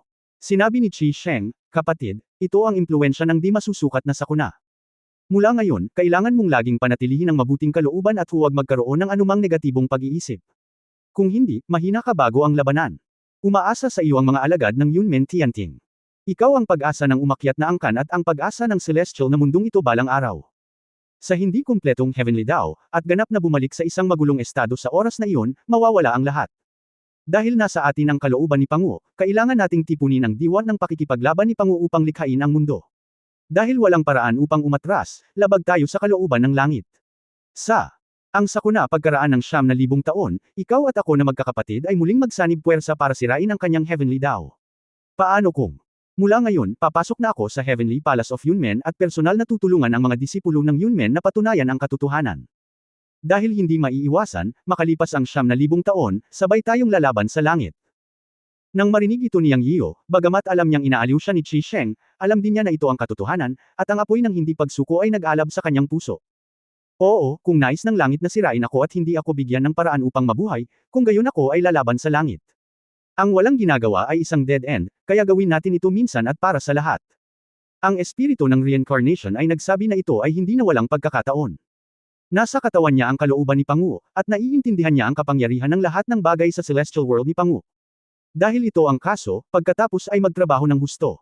Ang ika-9 na antas ng banal na landas sa mundong ito ay ang pinakamataas, kaya dito siya magsisimula. Ang lakas ng paglilinang ay dapat pagbutihin muna sa ika-9 na antas ng banal na landas. Okay, pagkatapos ay pumunta laban sa langit. Nag-aapoy ang mga mata ni Yang Yiyo sa nagngangalit na apoy. Bumalik tayo sa Yunmen. Ang apat na sekta ng Daoist ay hindi darating sa loob ng 9 na araw. Naghihintay sila sa araw kung kailan mawala ang bulaklak ng makalangit na kapigatian. Isasara nilang muli ang langit na palasyo sa panahong ito at lalabas upang labanan pagkatapos ng 9,000 taon. Sabi ni Qi Sheng. Naisip ito ni Yang Yiyo at sinabing, iiwan ko sa iyo ang Yunmen Heavenly Court sa panahong ito. Kailangan kong pumunta sa ilang lugar at gumawa ng ilang bagay. Babalik ako bago ang sakuna. Sige, ingatan mo sarili mo. Hindi na nagtanong pa si Qi Sheng at direktang sumang-ayon. End of this chapter. Pahingi naman ng like, share at subscribe mo na rin para updated ka sa susunod na kabanata. Salamat.